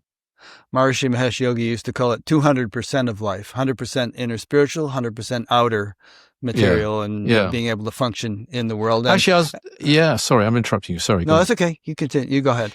All I was going to say is I was interested to find an Upanishad, and I couldn't tell you right now which one it is, and I didn't expect to find this in an Upanishad, is that, so I'm just paraphrasing it, it's very wrong to only live a life of service to others and neglect inner development. These aren't the words, but this is what it was saying. It's even more wrong to only live a life of inward development and neglect the outer life. And that surprised me that that was even worse for a writer of the Upanishads, that to neglect the outer life is even worse of the two. I think it might be the Kena Upanishad, and it says something like, into blinding darkness go those who worship, who worship ignorance, even into even greater darkness go those who worship knowledge. But the implication is who worship knowledge exclusively without, taking it into the world. I mean, there's different ways of interpreting the whole thing, and we can't go into it all right here, and I'm not qualified to, but that's the verse, I think. Yeah, possibly. Yeah. Yeah. Another question. This is from Benny in Atlanta, Georgia. Two questions. One, about Jesus and Buddha. If they were from another planet, does that imply they are karmically bound? I don't know whether he means bound to each other or bound in and of themselves, or what. That's a fascinating question, Benny, because one thing that Dr. King always used to say is that they are brothers. He didn't clarify exactly in what way that manifests on Venus, and the Buddha was actually the older brother. And he had two experiences. One was on this very hill I mentioned, this place called Holston Down in Devon, where he actually saw Jesus. Dr. King did. Dr. King did. And Jesus actually charged that mountain with power, and thousands of people have been there, and we go there every year, and if anyone can ever get over here, they're welcome to join us there, and you can feel it. I mean, I've had skeptical camera crews from TV stations up there, and they've been surprised by the energy they've felt. And I do think, your inner experience is something you have to go by. Very much so. You can prove things to yourself, in other words. So that's one thing. So he saw Jesus in 1958. Years later, he was out of body. He traveled to a particular ceremony on Shambhala, which is certainly was above the Gobi Desert. I don't quite know where it is at this minute, but it's a moving temple of light, you might say, or satellite, you might say. And Lord Buddha was there presiding. And so he saw him then. And he said there's a likeness between the two. So it's an interesting question that from Benny. I think there is certainly a link, and there's a lot of links between their teachings, tremendous links. I think the Lord Buddha in particular, I know a lot of Buddhists like to say, well, he didn't really talk about God. But, I can see why he was trying to get away from all these gods that had grown up in the Hindu religion as they grew up in ancient Greece and so on, and the stories around them, half animal, half what have you. But it's all about finding God within, I think, really, in the end. But there's a tremendous link between them that I would say they could well be bound together, actually, those two. I don't know that, but certainly if we go by what Dr. King said, they are brothers. They are known as to be brothers, and their teachings has a similarity. You can find almost line-for-line quotes. What I would say with Jesus is often seen as a master of love, and people tend to forget how clever he was as well. I mean, he could handle a situation brilliantly, even a real tough political one, if he chose to. If he chose not to, he'd allow himself to be killed if necessary. He'll do whatever it took. But if he wanted to get out of a corner, he could give a teaching and a clever answer at the same time, such as let he who's without sin cast the first stone. Brilliant answer. Got him out of a corner as well. Lord Buddha is known for being brilliantly intelligent and clever, but another great master of love, I believe. It's all about love. He was trying to get people, I believe, to elevate themselves internally through meditation and so on, because he knew that if they did, they would then be capable of radiating this love. That's what happens. Yeah. Okay, there was a second part to Benny's question. I think that makes it more clear what he was getting at with the first one. He said, okay, if they were karmically bound, doesn't that contradict the very definition of being liberated beyond karma and beyond realms? I guess what he's saying is, if they had to come here, does that why would they need to if they were liberated beings? Yeah, great. Okay, got you. Okay, so I think I can help here, because I certainly, and Dr. King certainly, doesn't believe they had to come here at all. They volunteered to come here. They came here to perform missions. They had no karmic necessity to come here. It wasn't even for their karma. It wasn't even to provide them with essential karmic experience for them that they came here, which makes them different from us. We are bound by a cycle of karma and, at the moment, reincarnation, and the experiences we have are good for us, even if they're tough ones, even if they're challenging ones, even if we have some kind of great mission to perform for the benefit of others. It's also very good for our karma. For the Lord Buddha, who I believe is here right now, by the way, as well, but not born through the womb of an earth woman, but he's here in an observable form, or on some subtle level. On a subtle level, but in an observable form. There, if you're lucky enough to be there with him, and he's, I believe, actually on Shambhala now, which is like a very sacred place indeed, and has a tremendous. And I think it's interesting he's here in this age of service, by the way, because it does come back to a point we've been stressing, which you've still got to keep the inner side active as well. You've still got to go within as well, which is what he's probably known for. I'm sure there are other reasons too. But to come to Benny's point, no, they aren't karmically bound in that sense at all. They haven't come here because they have essential lessons to learn. They've gone beyond that. They're here to help us. They will have experiences, and very unpleasant ones, particularly Jesus, who had to die, chose to die, didn't, he could easily have avoided it. And I think that's pretty clear if you really look at the Gospels. He kind of brought it about, virtually. Clearly, he wasn't a famous person. Otherwise, he wouldn't have needed Judas to identify him with a kiss. He wasn't someone they all knew. He was someone who wanted to be identified. He chose to do it, and he did it to take karma, not because of his karma. And that's what they got wrong in the church. They call it the forgiveness of sins. But it was actually, he was taking karma. He's not the only master to do that. You mentioned Ramakrishna, and he was quite open. He said he had throat cancer, didn't he, at the end? And he said he took that on to bear karma for his disciples and for the world. Yeah. Ramana Maharshi had some form of cancer too that was very painful. Yeah, wonderful, wonderful person. Yeah. There was a story, I think it was about Sri Ramakrishna, which is that he was, apparently suffering a lot, as it was, throat cancer is a very painful thing. And people were moaning and, bemoaning the suffering that he had to be going through. And somebody, somebody went to him and said, "Sir, everyone says you're suffering, but I see that you're in bliss." And Ramakrishna said, "Aha, the rascal has found me out." Well, actually, I'll tell you a strange thing, because Dr. King too took on cancer and suffered terribly at the end of his life. And I was one of those people who was, I would say, privileged, but that's not the point. I was there when I was there, and others were there much more than I was, giving him healing. But I did always notice, because when someone is sick like that, I've had cancer, by the way, in the past, that there's a vibration around that isn't very nice from the illness, which you can tune into. But always when I was in the presence of Dr. King, even right at the end and giving him healing, it was like being in a temple. The vibration was not one of a sick person, but he did have the ailment and he took it on himself, undoubtedly, in that case. Another story about Ramakrishna, I don't know if you know, this is one I love. Talk about discipleship.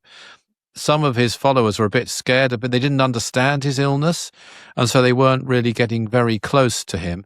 And he had a spittoon, and he was spitting things out as he lay in bed.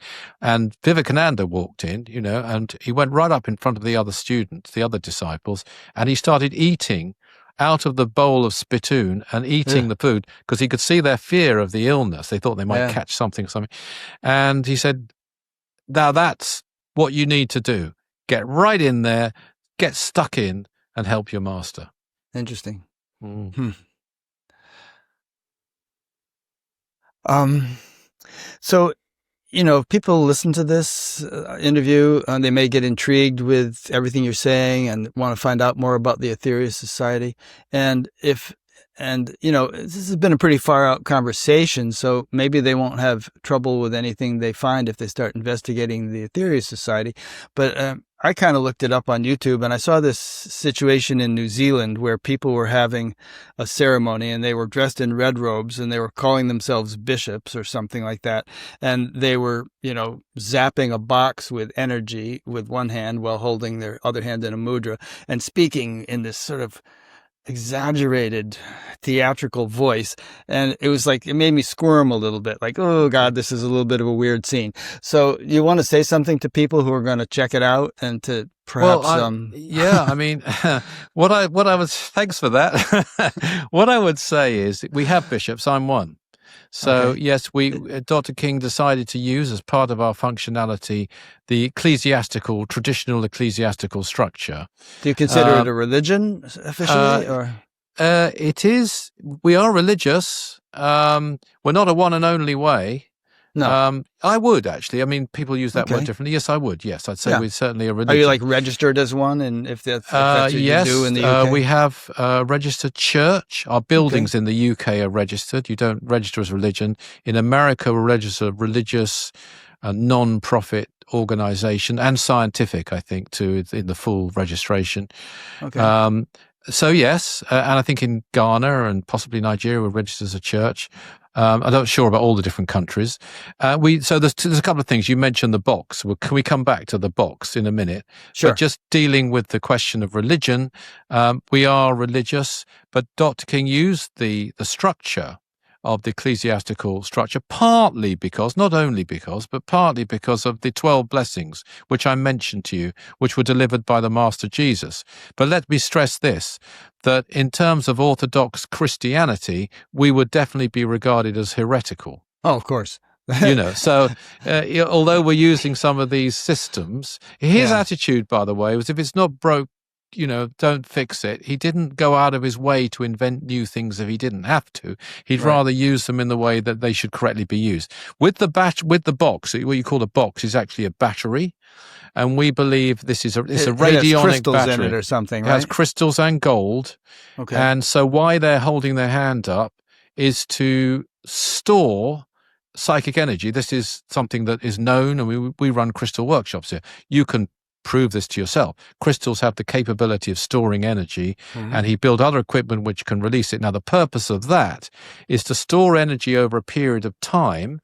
When a crisis strikes, or when we have the opportunity to cooperate with extraterrestrials with the release of the energy, they've then got hundreds of hours of energy to play with when they need it. Whereas if you didn't store it, it'd be very hard, say, to get 1,000 people out immediately, an earthquake strikes somewhere.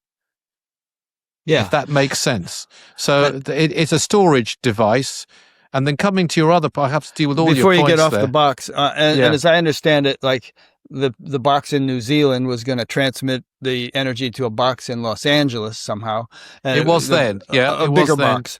And it was going to get stored there. You can make fun of it if you like. No, Rick, it's a little bit of a stretch, but I would like to understand the mechanics of it. I mean, electricity was a stretch. I mean, lots of things are a stretch, when they first get announced. It's radionically linked. It's transmitted through, again, the power of crystals. Okay. And the assistance of extraterrestrials. And then it's stored. In those days, it was stored in Los Angeles. Now, actually, in New Zealand, they have their own battery, their own equipment. They can release it from New Zealand. So that's no longer happening, but it can happen. Many tests are being conducted into this. That's the principle behind it. Whether people accept it or not, that's the idea of it, to store energy so that you can use it when you need it most, to its greatest possible effect. Yeah. In terms of what you call the sort of over thing that made you squirm with the way people were praying, the idea isn't to be dramatic at all or theatrical at all. The idea is purely to generate as much energy as you can. And some people do it in different ways. And I haven't seen that particular clip you're talking about. Maybe that sounded very theatrical, but some people pray very softly. It varies, but as long as the intensity is there and the sincerity is there, it's got to be sincere, it's got to be real, then that all that matters is the power that is generated by the prayer. Yeah, I think the intention goes a long way, regardless of how you express it. If it's sincere, if it's ardent, if it's heartfelt, then that's what really counts. And I think I know Dr. King reacted a lot because he was raised as I was in the Church of England, and I at that time, and in a lot of churches, and maybe still today, you get a lot of lip service. You get a lot of people saying a prayer, which they say every week, as though they were reading a shopping list. Yeah. And it doesn't really matter, as I stress, how it sounds at all, whether it's dramatic or whether it's almost silent. This doesn't matter. What matters is that you are thinking about it, you're putting your energy into it, and you mean it. Yeah. And that's what they were probably trying to do. I'm sure they were trying to do in the clip in New Zealand that you saw. Yeah. One principle that might be relevant is that very often the subtle is more powerful than the gross, the atomic is more powerful than the molecular is more powerful than the just gross physical.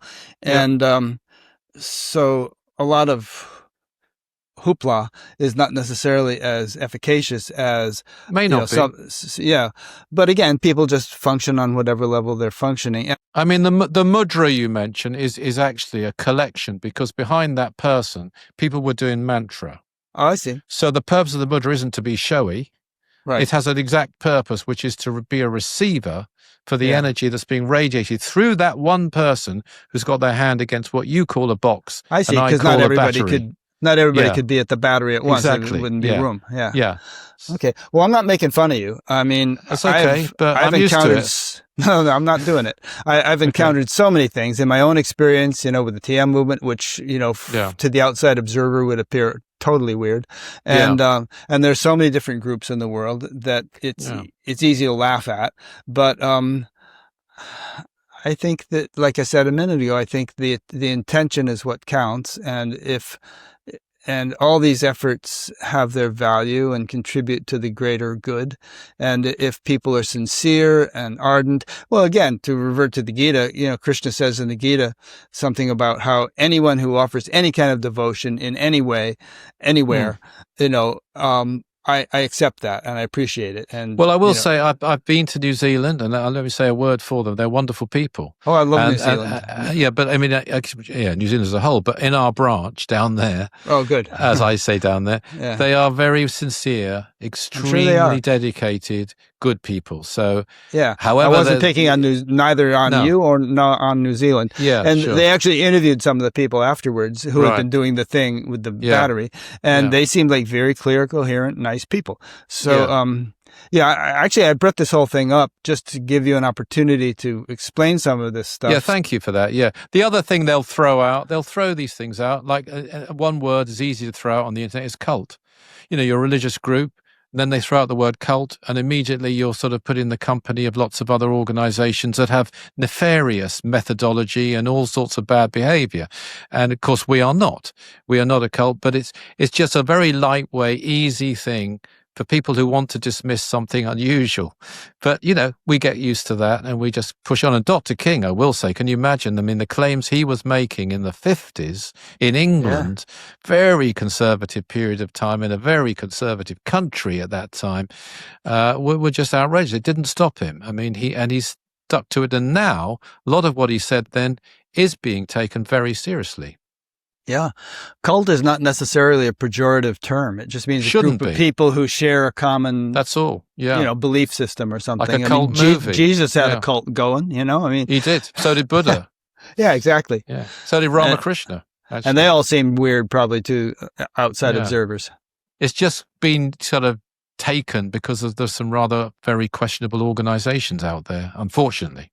Yeah, and they all give and so some of them give the rest a bad name. I mean, when They do. Jonestown happened, for instance, Oh, yeah.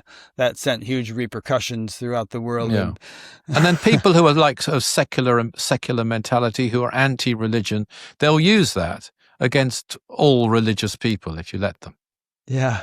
In fact, I'll tell you a funny story. So, after Jonestown happened, Maharshi sent a group of scientists to Guyana to propose that they establish a kind of a group of meditators all practicing together in Guyana. And the guy said, "Are you crazy? Do you realize what just happened here?" And it was sort of like, I think he was kind of messing with him by sending that group there. Yeah. Or maybe messing with the guys in the group who had to do it. Right. Yeah. Anyway. So anyway, keep up the good work. And thank you so much, Rick. It's been fun talking to you. And you too. I really appreciate it. Yeah.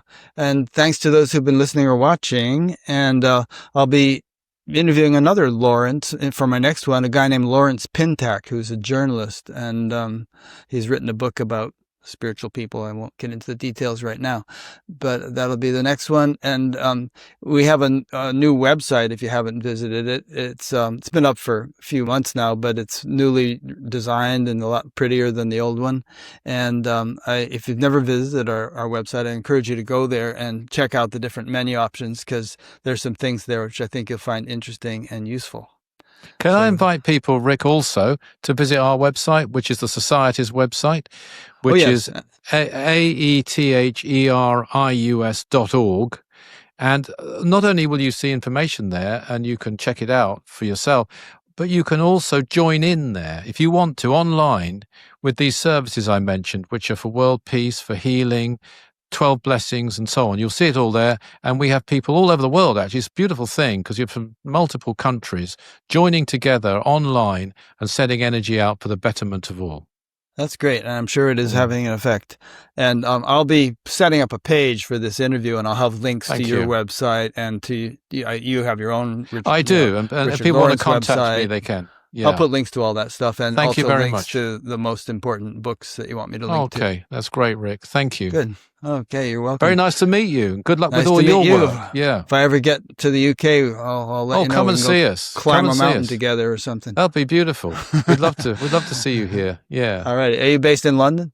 Yeah, we're in London. Yeah, and yeah, so we're not far from Heathrow. If you come flying in, we're in the West London, in Fulham. Actually, if I miss my connection, I'll go and crash at your place. All right. No Thanks, problem. everybody. Okay, you take care.